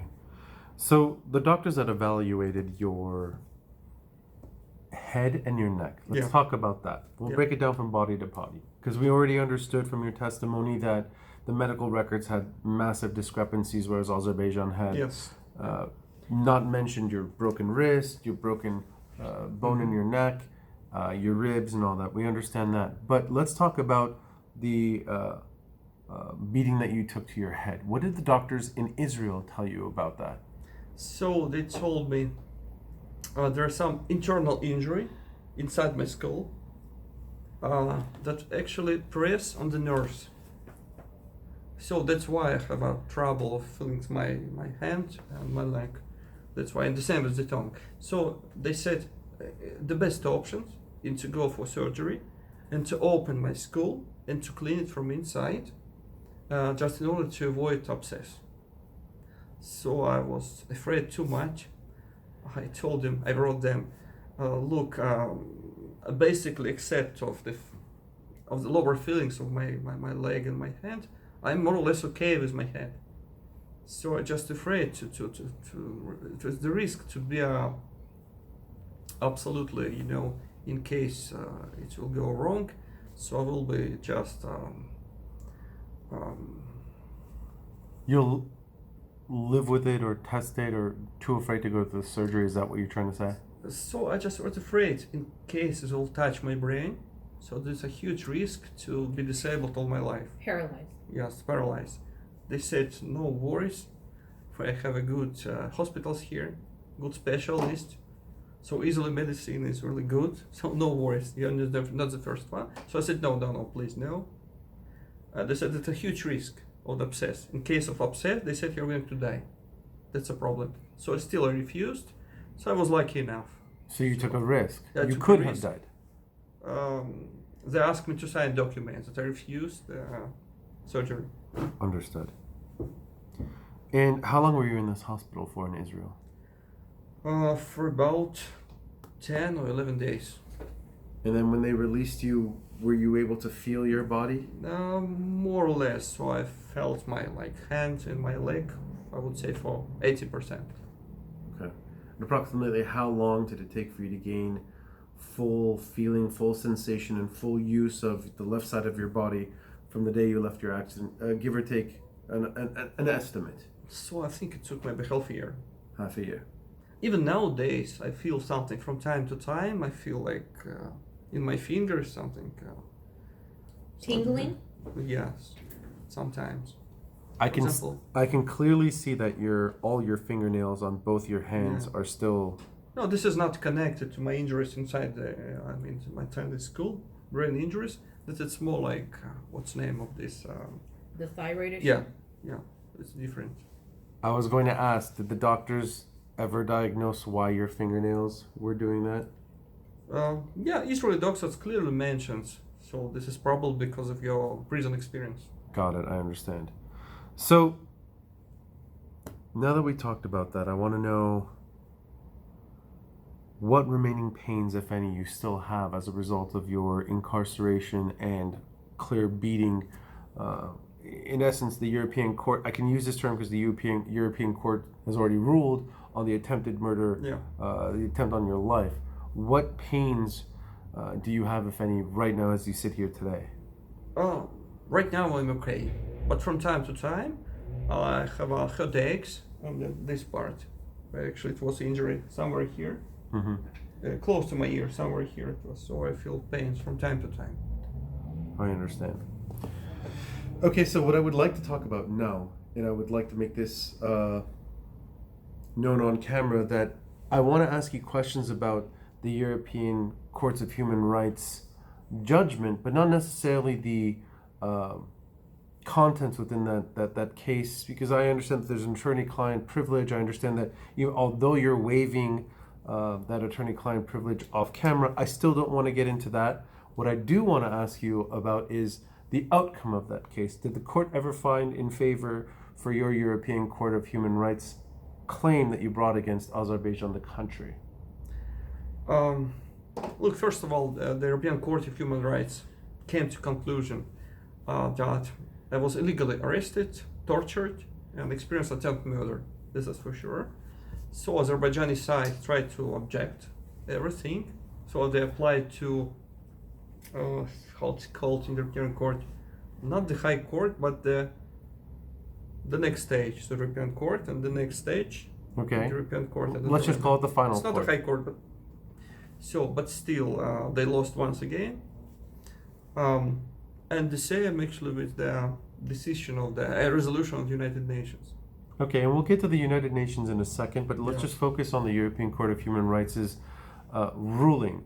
So, did they find in your favor? In essence, they Yes. found in your favor, Yes. correct? So the Azerbaijanis actually insisted, and they presented the expertises of 8 Azerbaijani professors, experts, that I really tried to commit suicide, and they tried to stage an attempted murder.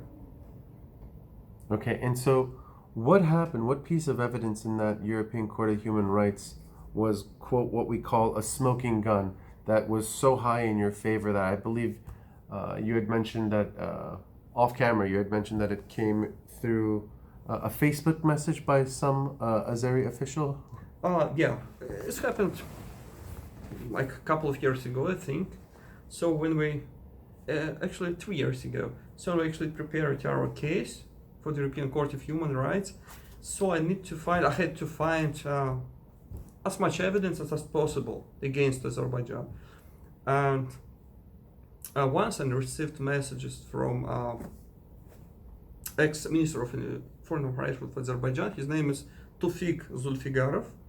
He's coming from time to time to the United States. He appeared in, I think, number of universities, including Harvard. So this man, he was a minister of Foreign Affairs of Azerbaijan from 2000 till 2002. I think so. I'm not sure. And now he's a kind of old grandfather who's just traveling around the globe as a lecturer. So this man sent me a number of messages to Facebook, comments. So when I published about the decision of the Human Rights Court, so he published just sent message that look, you can see any attempt to put under question that Azerbaijan is Karabakh as a part of Azerbaijan could be dangerous for anyone.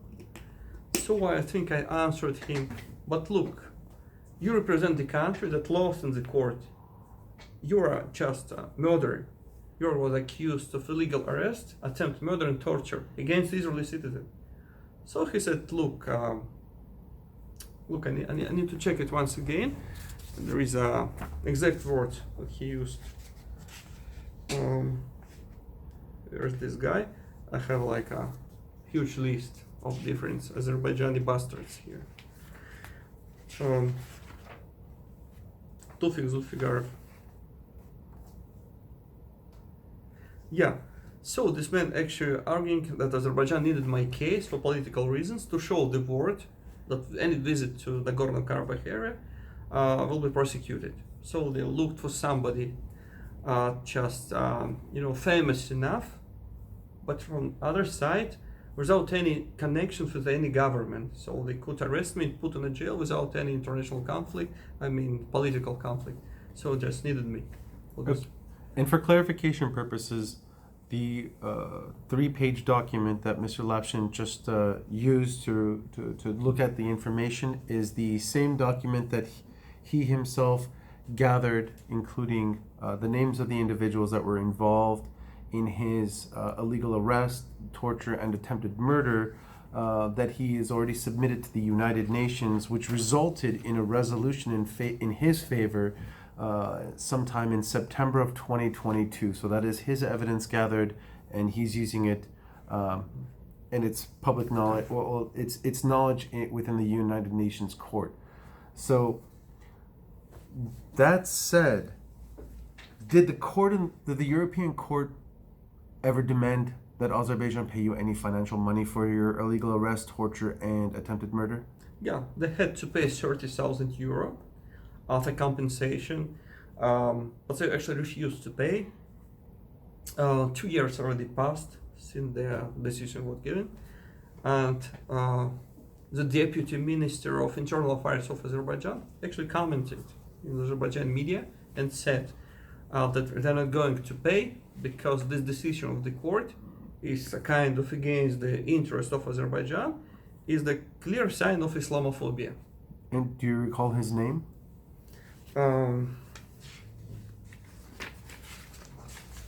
It's somewhere listed. have a list of a lot of Azerbaijanis with a lot of links, a lot of their talks, interviews. I need to find And what it. we're going to do is we're going to attach that as an exhibit to this Yes. testimony as well. Yes.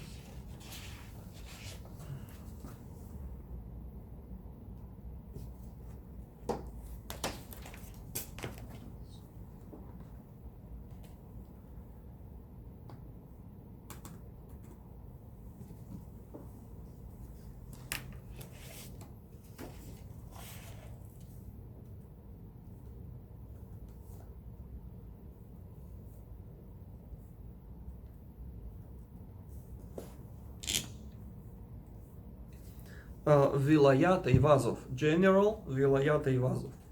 Understood. Thank you for that. So, as of July 16th, 2023, Azerbaijan has intentionally not complied with the European Courts of Human Rights by paying you the judgment that the court found them responsible for, correct? Yeah, this is correct. The same with the United Nations decision. Understood. So now speaking of the United Nation resolution, can you tell me about that? What is that all about? So when I was arrested, I think I was in Belarusian jail even before the extradition to Azerbaijan. So my wife, she just prepared this document, this complaint. She has applied with the complaint to the Committee of Human Rights of the United Nations in Geneva and tried to prevent my extradition to Azerbaijan. And then I was extradited. So she applied once again and she tried to put some pressure on the Azerbaijan government or the United Nations. But it actually took almost 5 years. So she had applied in winter 2017 and received the decision on September 2022. And what did the United Nations find Belarus guilty of in that resolution on September 7th, 2022? So it's clearly stated in this resolution of the United Nations that Belarus wasn't allowed to extradite me to Azerbaijan, and not only because Azerbaijan is a dictatorship with a lot of problems with human rights, and a lot of Azerbaijan activists actually currently in the jails and so on. This point is actually mentioned in the resolution, but something more. So this is clearly mentioned in the resolution that because of the Nagorno-Karabakh conflict between Armenia and Azerbaijan, so any person considered by Azerbaijan as those who support the Armenians, they could be in a danger to the health and their life.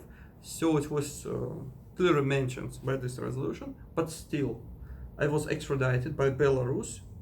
Then ignored the facts presented by my wife, different publications by the Azerbaijani media, that in case I will be extradited to Azerbaijan, they'll put me in jail, I will be punished, I'm Armenian spy, I'm Armenian prostitute, etc., etc., etc. So they ignored everything and I was extradited. So that's why, and one more point, it was clearly stated in this resolution that any visit of individuals or journalists to any conflict area to the world, it could be considered as a crime. It could not be Could not be considered as a crime. And that's clearly stated in the Yes. resolution. Yes. Okay. Well, I don't have any further questions unless there's anything else that you would like to add, or my fellow colleague has. Do you have any other questions? Yeah, one second. Sure.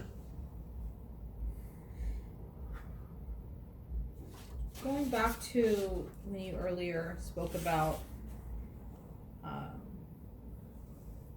your had hired, who was the leader of the Jewish community in Azerbaijan, mentioning that, according to him, allegedly because of your story, that there was some anti-Semitic uptick in Azerbaijan.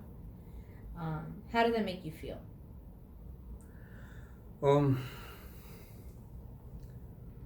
It was kind of complicated, difficult feelings because he was a Jew, Jew from Azerbaijan, so I felt he's just one of us. I expected him to support me, but instead I felt he's just a part of this dictatorship. So okay, he was a Jew, so he came here not to help me basically, but to support local Jews.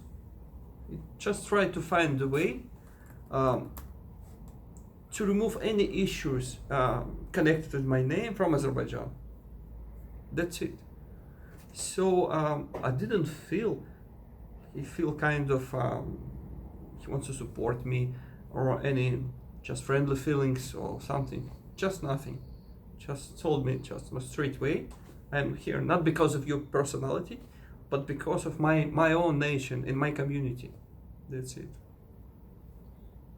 He also, you said earlier that he told you that the Azeris had done something or destroyed some of the cemeteries Yes.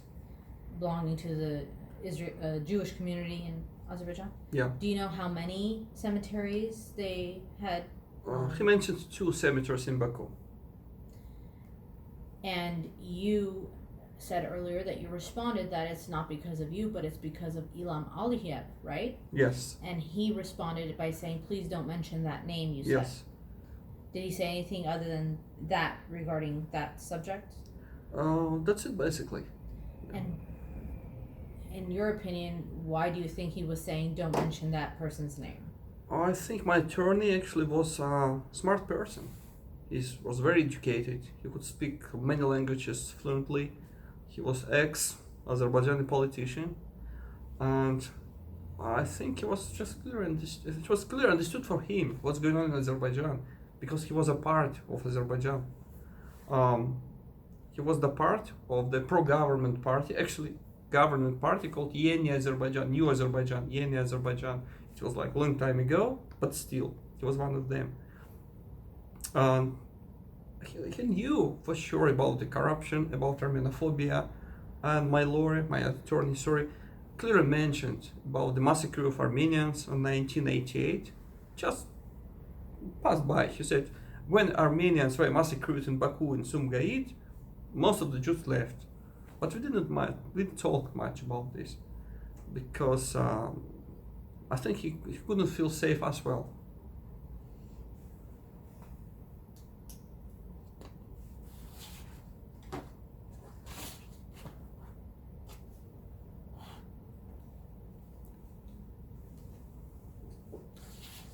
This guy was actually incredible. He could speak Russian, Azeri, Farsi, English, Hebrew, Arabic. An incredible attorney. Going back to when you were serving jail time in Azerbaijan and in solitary confinement, what were you experiencing? What are you feeling? Can you express any of the thoughts that you were going through? So if we move a little bit aside, what happens to me on 10th of September was just assaulted, almost killed, if we just put it aside. So it was like psychological pressure on me. So as I mentioned, they tried to change the food from morning to evening, from porridge to soup, but I managed somehow to learn from the prayer, morning or evening. But still, when you just lie down in your bed 24 hours per day, and you just can do nothing, you have no books, no television. After about 2-3 months, I was allowed a Bible. I forgot to mention about the Bible. I couldn't read the Bible basically, because just minutes after I received the Bible from the Russian Consul General, and she left, I was handcuffed once again to be taken to my cell. So they took the Bible from me and just threw it into the garbage bin, and they said, there is no God except of Allah. And they told me, we'll try to find you the Quran book to read Quran. So finally I received Quran after some days instead of Bible. But it was quite interesting. I have nothing to do with Islam, but still. And when you're saying that you're in that cell and there's no books, there's nothing, and it's psychological pressure, for you, why is that psychological pressure? Um, If you can explain, um, do you like books? Do you like reading? of course. I like reading. I like to communicate with the people. This is part of my life, part of my job. So I received like 50 calls per day to my cell phone. I have a lot of work to do. I have a lot of friends, a lot of business partners. So when you just sit in a smallish cell and can do just nothing, and you can hear people just screaming from other cells, "Allahu Akbar, we will kill you, we will get you, we will get your wife." This is very difficult. And actually you have no idea what's going on outside, because Azerbaijani investigators told me, the world forgot about you. No one cares about you. You will die here, and no one will know about what happens to you. And so each meeting with Israeli or Russian diplomats, it was like a holiday, like a happy day for me, because it told me, don't believe them. There are a lot of publications about you. There are a lot of support in the social media and like in the media in Russia and Europe and Israel, everywhere. Even the head of the State Department, John Kirby, talked about my case. So they said it's at a quite of a high level. So they said don't believe to investigators. So we're trying to do something, but it's going to take some time. Continuing on with the investigators, I'm looking at the list that you generated. Yeah. I'd like for you to take a look at it as well. And subsection A, where you have it listed as the list of Azerbaijani citizens to be sanctioned. That's the list that you've created. Can you look at number 4 for me? I believe this is Kamal Talibov. Yeah. And you're absolutely right. Colonel Kamal Talibov. Yeah. And these are your words, correct? Yes. Would yes. you mind reading that paragraph? And again, it will be attached as an exhibit, but I would like for you to read from your own words that you wrote in here what that says. So, leading investigator Kamal Talibov, senior counselor of justice, today the prosecutor of the city of Shirvan in the Republic of Azerbaijan. So, this man supervised my interrogations in the Baku prison, visiting me regularly 2-3 times per week. Actually, I think even more. So, from the beginning, every day we have interrogations. But later, much less, after my attorney has changed. So, during the first 4 months of imprisonment, so he threatened me with sexual violence if they did not cooperate with the investigation. And I also made statements on racist and fascist nature against the Armenians. So today he becomes popular on the Azerbaijani TV shows where he talks about the so-called crimes of Armenians in Karabakh. Can you give me some examples of what you remember him threatening as far as the sexual violence? What would he specifically say that you recall?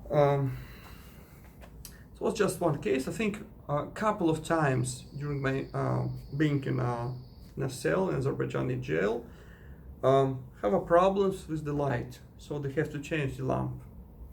So it was one of the prisoners. He was Russian. He not Azerbaijan, but Russian guy with blue eyes. Just came with 2 policemen just to change the lamp. And for a couple of minutes, both policemen just left us as they went outside to smoke or something. So this Russian guy told me they use Christians here in this jail for sexual pleasure, for homosexual relations.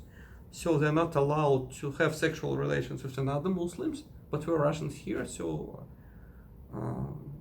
But instead, he said to receive some food, cigarettes or something against the sex with other men. So I asked him, are you gay or something? He said, no way, I'm not a gay, but this is the only way to survive here. So much later, I think I mentioned this point when I talked with the Kamal Talibov, this investigator.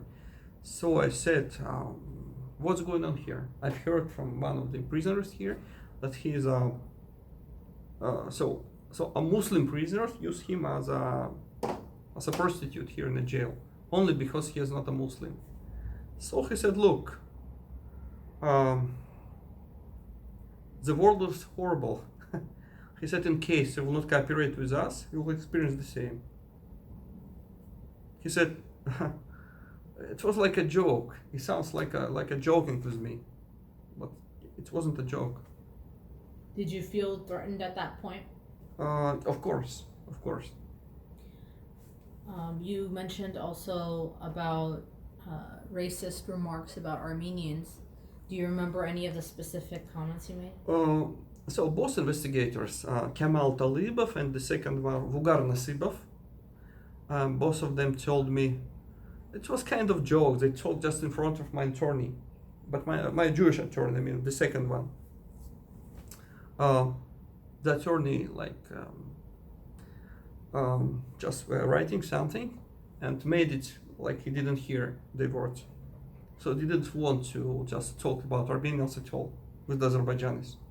But both of them told me, for example, Armenians arrived from Indian city of Hyderabad. Because Hyderabad, it's from the word high like Armenian. But I'm a travel blogger. I told them, guys, I've been to Hyderabad. I asked, have you ever been to Hyderabad? They said, no. It's a dirty place, only if India is a dirty place. I said, okay, but I've been to Hyderabad. Hyderabad, it's not because of Armenians. It's not Hay, but Haidar. Haidar is a priest in Quran. Asked them, are you Muslim? They said, yes. Asked, have you ever read Quran? They said, this is not your business. So I said, but I have Quran here in my cell. You brought it instead of Bible. So I can show you for sure. Haidar is the priest in Quran. It's not because of Armenians. It's because of a Muslim priest. So they said, okay, let's close this topic. That's it. They were so stupid. Did they make any other racist remarks about Armenians to you? They talked about Armenian women, yeah. Like, You can speak freely. This is just different dirty things. Just most of Armenian girls are prostitutes. They talk when they was younger during the Soviet times. There are a lot of Armenians here in Baku. Most of the Armenian girls were ready to sleep with the Azerbaijanis just to gain some payment. They told Armenian just females with a lot of hair out everywhere, and they smell like a shit. Different dirty things like this. And these are all the things they told you about Armenians. Yeah. Do you remember anything else other than what you just mentioned specifically that they said? All the same, you know. They returned all the same. They said that Armenians are actually, as I said, they are from India, from the city of Hyderabad, and this territory was actually belongs to Azerbaijanis, and Armenians arrived and occupied these areas, and the city of Yerevan. They didn't say Yerevan, they said Yerevan is the ancient Azerbaijani city, and the lake of Sivan is, they call for this Gökçe or something, Gökçe. They said that Armenian genocide is a joke, is a fairy tale, it was created by Armenians to extract money from the world and to tell the world different stories. They said that Armenians try to play the same games as the Jews with Holocaust, but they said, as for Jews, we're so much sorry about Jewish Holocaust, but Armenian genocide is just a joke. So they tried to put pressure on Turkey to extract money from them, and from us too, from Azerbaijanis. They told me different things about the Khojaly genocide, that Armenians killed thousands of just unarmed, peaceful population of Azerbaijanis, and Hashlama, that's what they did Hashlama from the unborn children taken from their stomachs from the Azerbaijani women, and all around, you know. Earlier you mentioned that while you were in your cell, you would hear other people yelling from the other cells, presumably. What did you hear them yelling, and in what language? So I couldn't understand Azerbaijani language, but I could clearly hear my name and surname. And some of them could talk Russian. So I heard they told in Russian, "We will kill you, you're Armenian spy. We will hit you, we will get you, we will find your family. Our community, Azerbaijani community is big. We will find your father in Russia, we will find your family everywhere." Okay, so I just want to draw some distinctions here. When you are in your cell, the door to your cell, does it have a window or an opening? It was like a smallish like window. We call for this karmushka in Russian. Just small one. Okay. So you can you see out from that window? No, it was always closed. Except of the very moment when they brought the food. Okay. They were open for just 1 minute and closed once again. Okay. When you are being taken to your cell, are you blindfolded or do you see? I could see. Could you see the other cell doors? Yes. Were they similar to your cell door? The same, yes. Did you ever see in from their windows? Yeah. So you could see into their cells? Yeah, sometimes. Yes. And did you ever see or identify or could tell there's a person inside those other cells? Yes, from time to time. Did you ever see cellmates that you knew that were in the other cells? Yes, but it actually the window was very small, and it was just crossing. I was the police escort, so I could just take a look and just a couple of seconds. At that moment when you're crossing, did you ever witness or see for yourself them speaking to you and saying things in any language? No. When I was just passing with the police, they were just quiet. And so these presumable cellmates that were yelling things to you, either in Azeri language or in Russian, did you ever see them face to face that you know of? Never. But you heard it. Yes. And earlier you were talking. Sorry, except one time when I was taken to psychological expertise. So from the beginning, they put me in the same prison car with others, And so I could see them. Do you know if those individuals in that car were from your block? I'm not sure.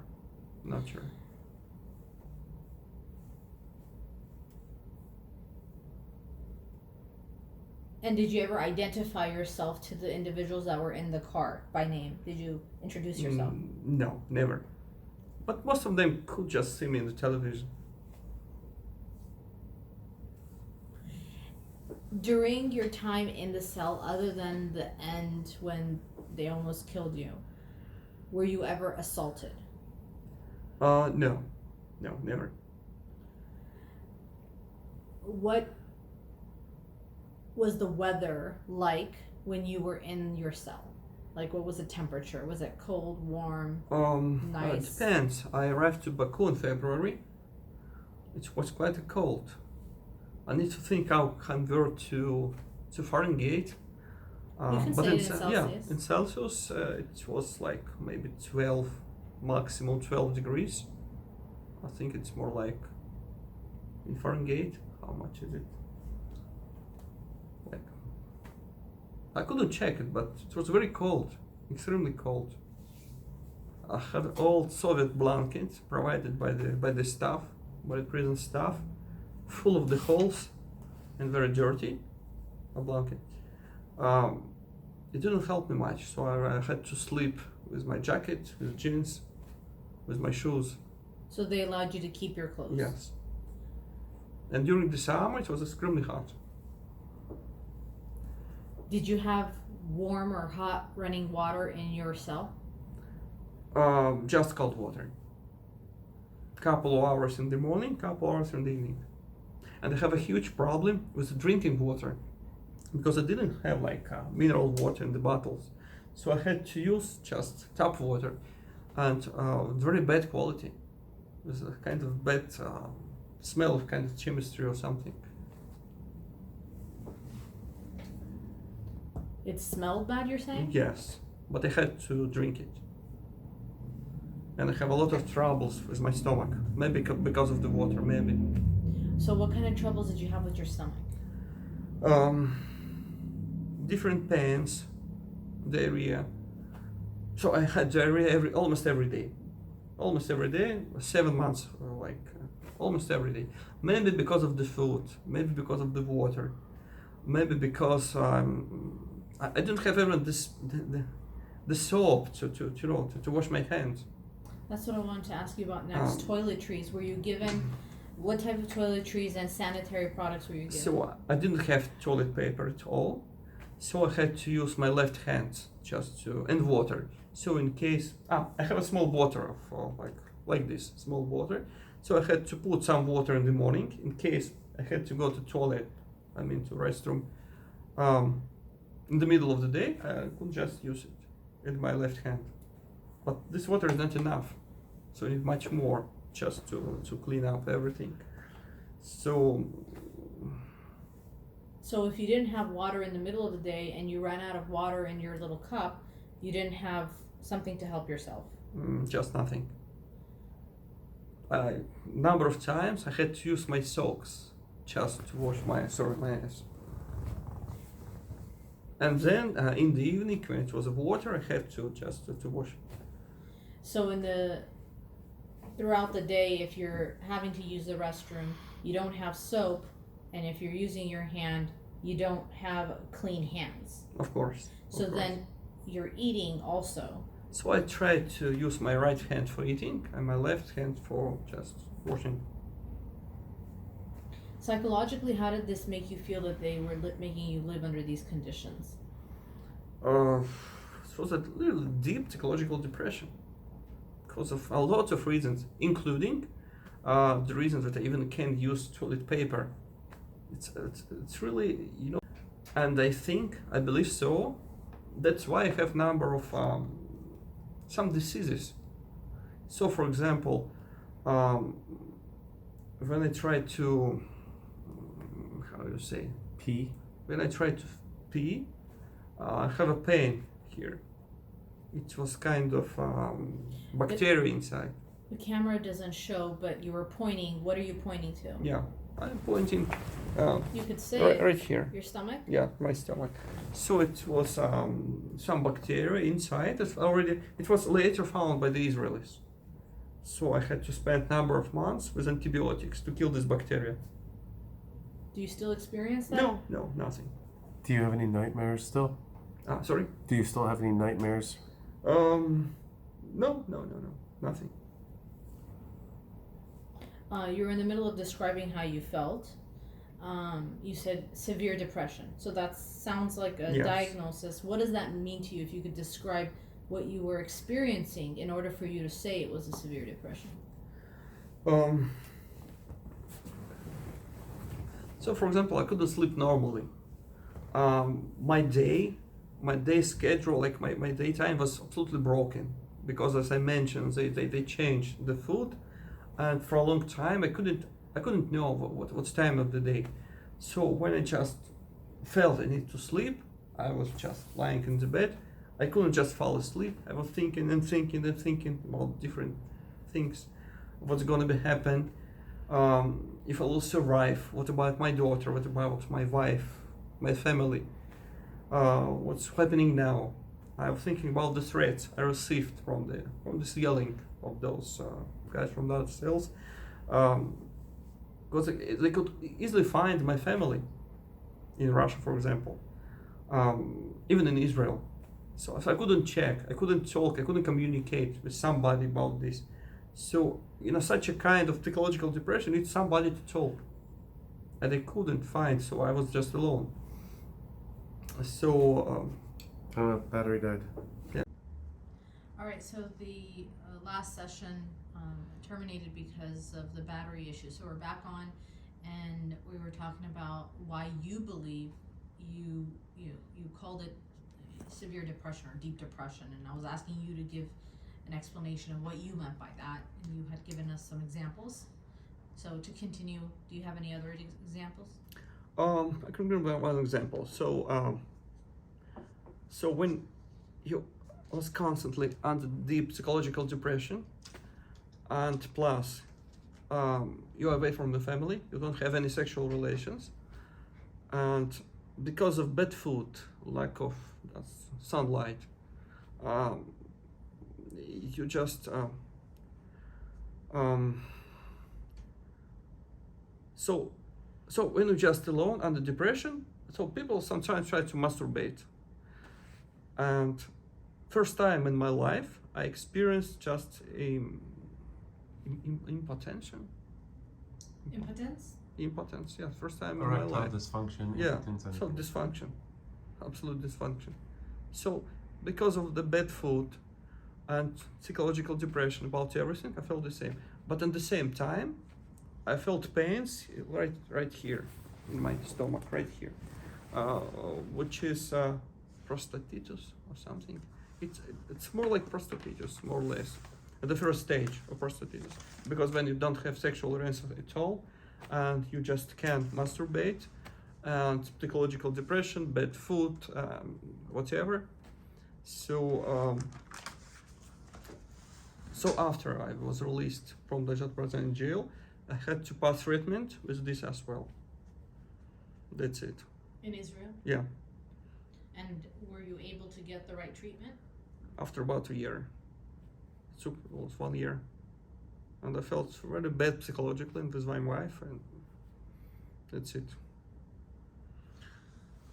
So I wanted to talk about the damages you've sustained in terms of your work, your line of work that you do. Being captured by Azerbaijan through Belarus's extradition, clearly the United Nations said that it was an illegal extradition. Does that today still affect you financially in terms of visiting any former Soviet countries or even Europe, if for that matter? And if so, how? Yeah, of course. So because I have continuous troubles with Azerbaijan, so when I was released, my troubles didn't finish. So because I applied to the European Court in the United Nations, so Azerbaijanis felt kind of insulted. So they just initiated new criminal proceedings against me. And I think I mentioned previously that I received a letter from the Israeli Minister of Foreign Affairs that based on the information, Azerbaijan opened more proceedings against me, and they put me in a kind of in a wanted list.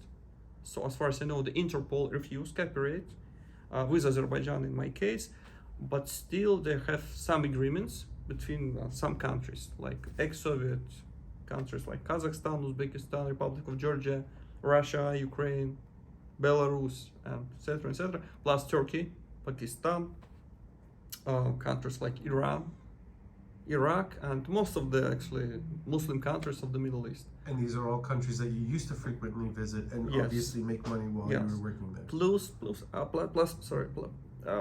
I have to consider countries, not Muslim countries and not ex-Soviet countries, but still countries deeply corrupted. Let's say African countries. I would mention South Africa, Kenya, maybe Madagascar, Tanzania, and Morocco, Tunisia, like this. So even Mexico. So even in Mexico, I cannot feel absolutely safe. I don't believe that Mexican government could arrest me and extradite me illegally to Azerbaijan. I don't believe so. So this is not Belarus, but still, considering the crime and corruption in this country, I can never know. So there are a lot of criminal gangs and drug trafficking and all around. So of course it damaged my work in my income. So I lost at least half of my income, even more for nowadays. So let's talk about your income. Prior to the extradition and your imprisonment in Azerbaijan, approximately how much would you make in a year? In a year, I think maybe $80,000. US dollars? Yeah, And now how much do you make with all these restrictions? 25, 30. Because of all the restrictions Yeah, and fears. this is maximum. And because of the war between Russia and Ukraine, even a little bit less. Understand. What other kind of financial damages do you have as a result of your imprisonment? Did you lose any property that you couldn't pay for? anything like that First because of of being all- imprisoned? Yeah, first of all, we had to pay a lot for attorneys, both in Belarus and Azerbaijan. How much? So in Belarus, we paid about $30,000 in a total, plus including different bribes, because otherwise, they could put me in a very special cell with, with druggy guys and homeless and with sexual harassment or something. So you have to pay in order to stay in a safe cell. So it's about between $1,000 and $2,000 per day. You have to pay them. And this is in Belarus. Yes. And who paid them? My wife. So actually, she paid from our bank account, and then we had to pay for different, documentation to obtain different documentation from Israel, from Russia, from etc., in different countries for translations, notary, and all around. Plus, we have to pay for our Azerbaijani attorney. He's quite an expensive guy. How much did he charge? As far as I remember, in a total, for 7 months, we paid maybe maybe $30,000, plus bribes. And I'll get back to you and continue asking more questions about the financial things, but something just popped into my head. You had said that some member of the Israeli government was the one that came to you with this certain list of countries not to go to, etc., etc. What was that person's name? So number of Israeli politicians actually supported me when I was arrested. I would mention one of them. I would mention because it was published in the media. Ksenia Svetlova. She's the member of Israeli parliament, and nowadays she's in the opposition. But then she was kind of influential Israeli politician. She was close to Prime Minister Netanyahu, and she's the one who actually reported to Netanyahu about my case.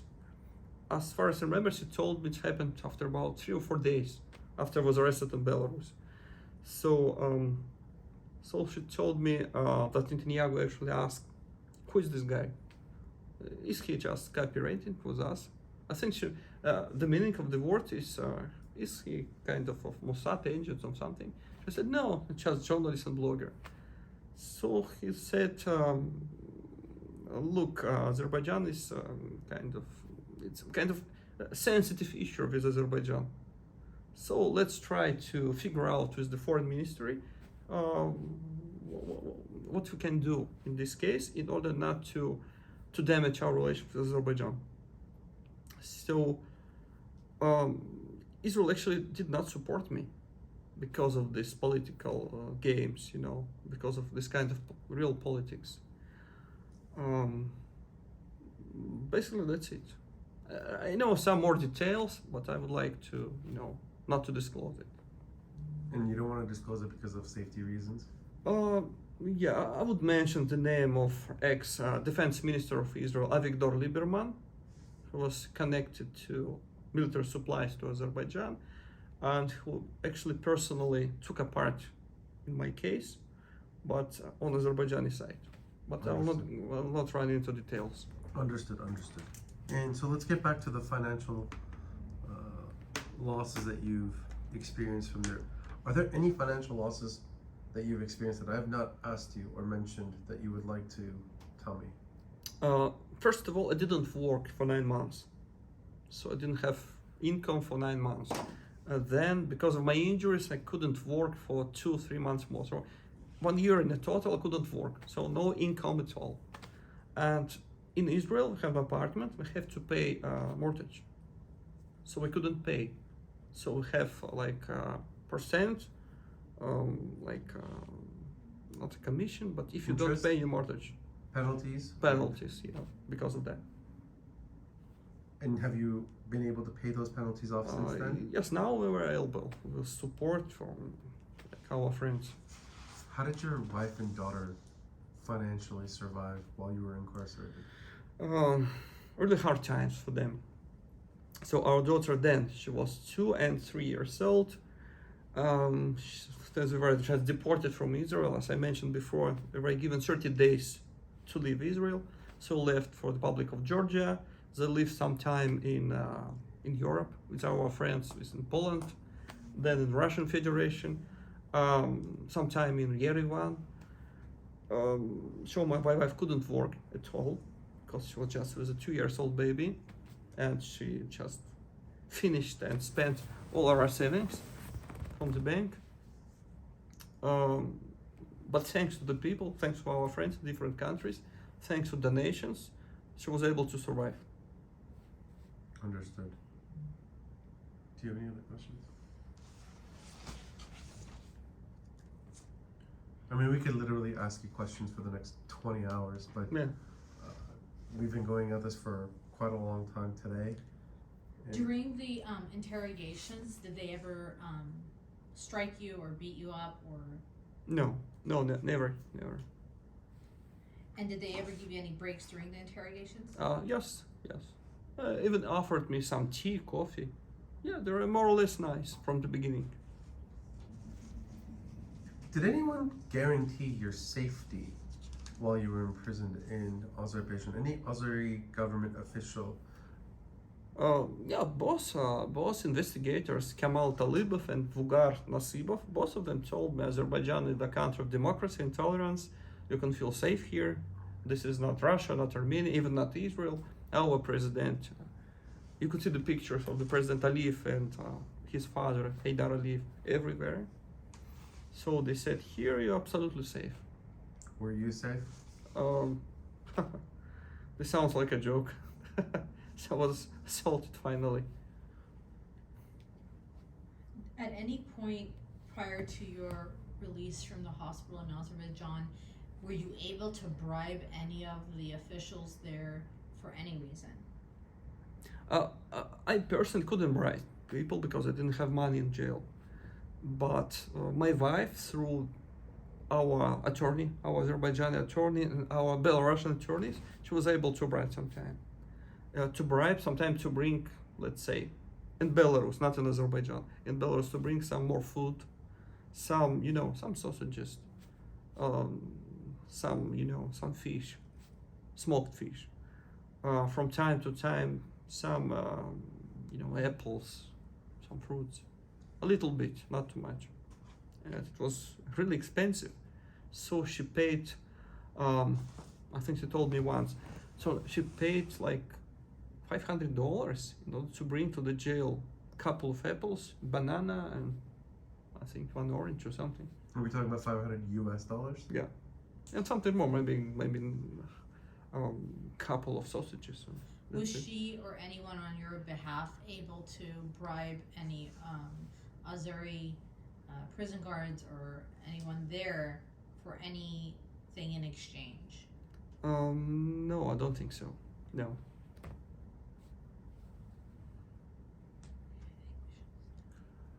I think we're done with all the questions. Thank Do you you. have anything on your end that you would like to add if we haven't asked you anything in particular? No, that's it basically. Yeah.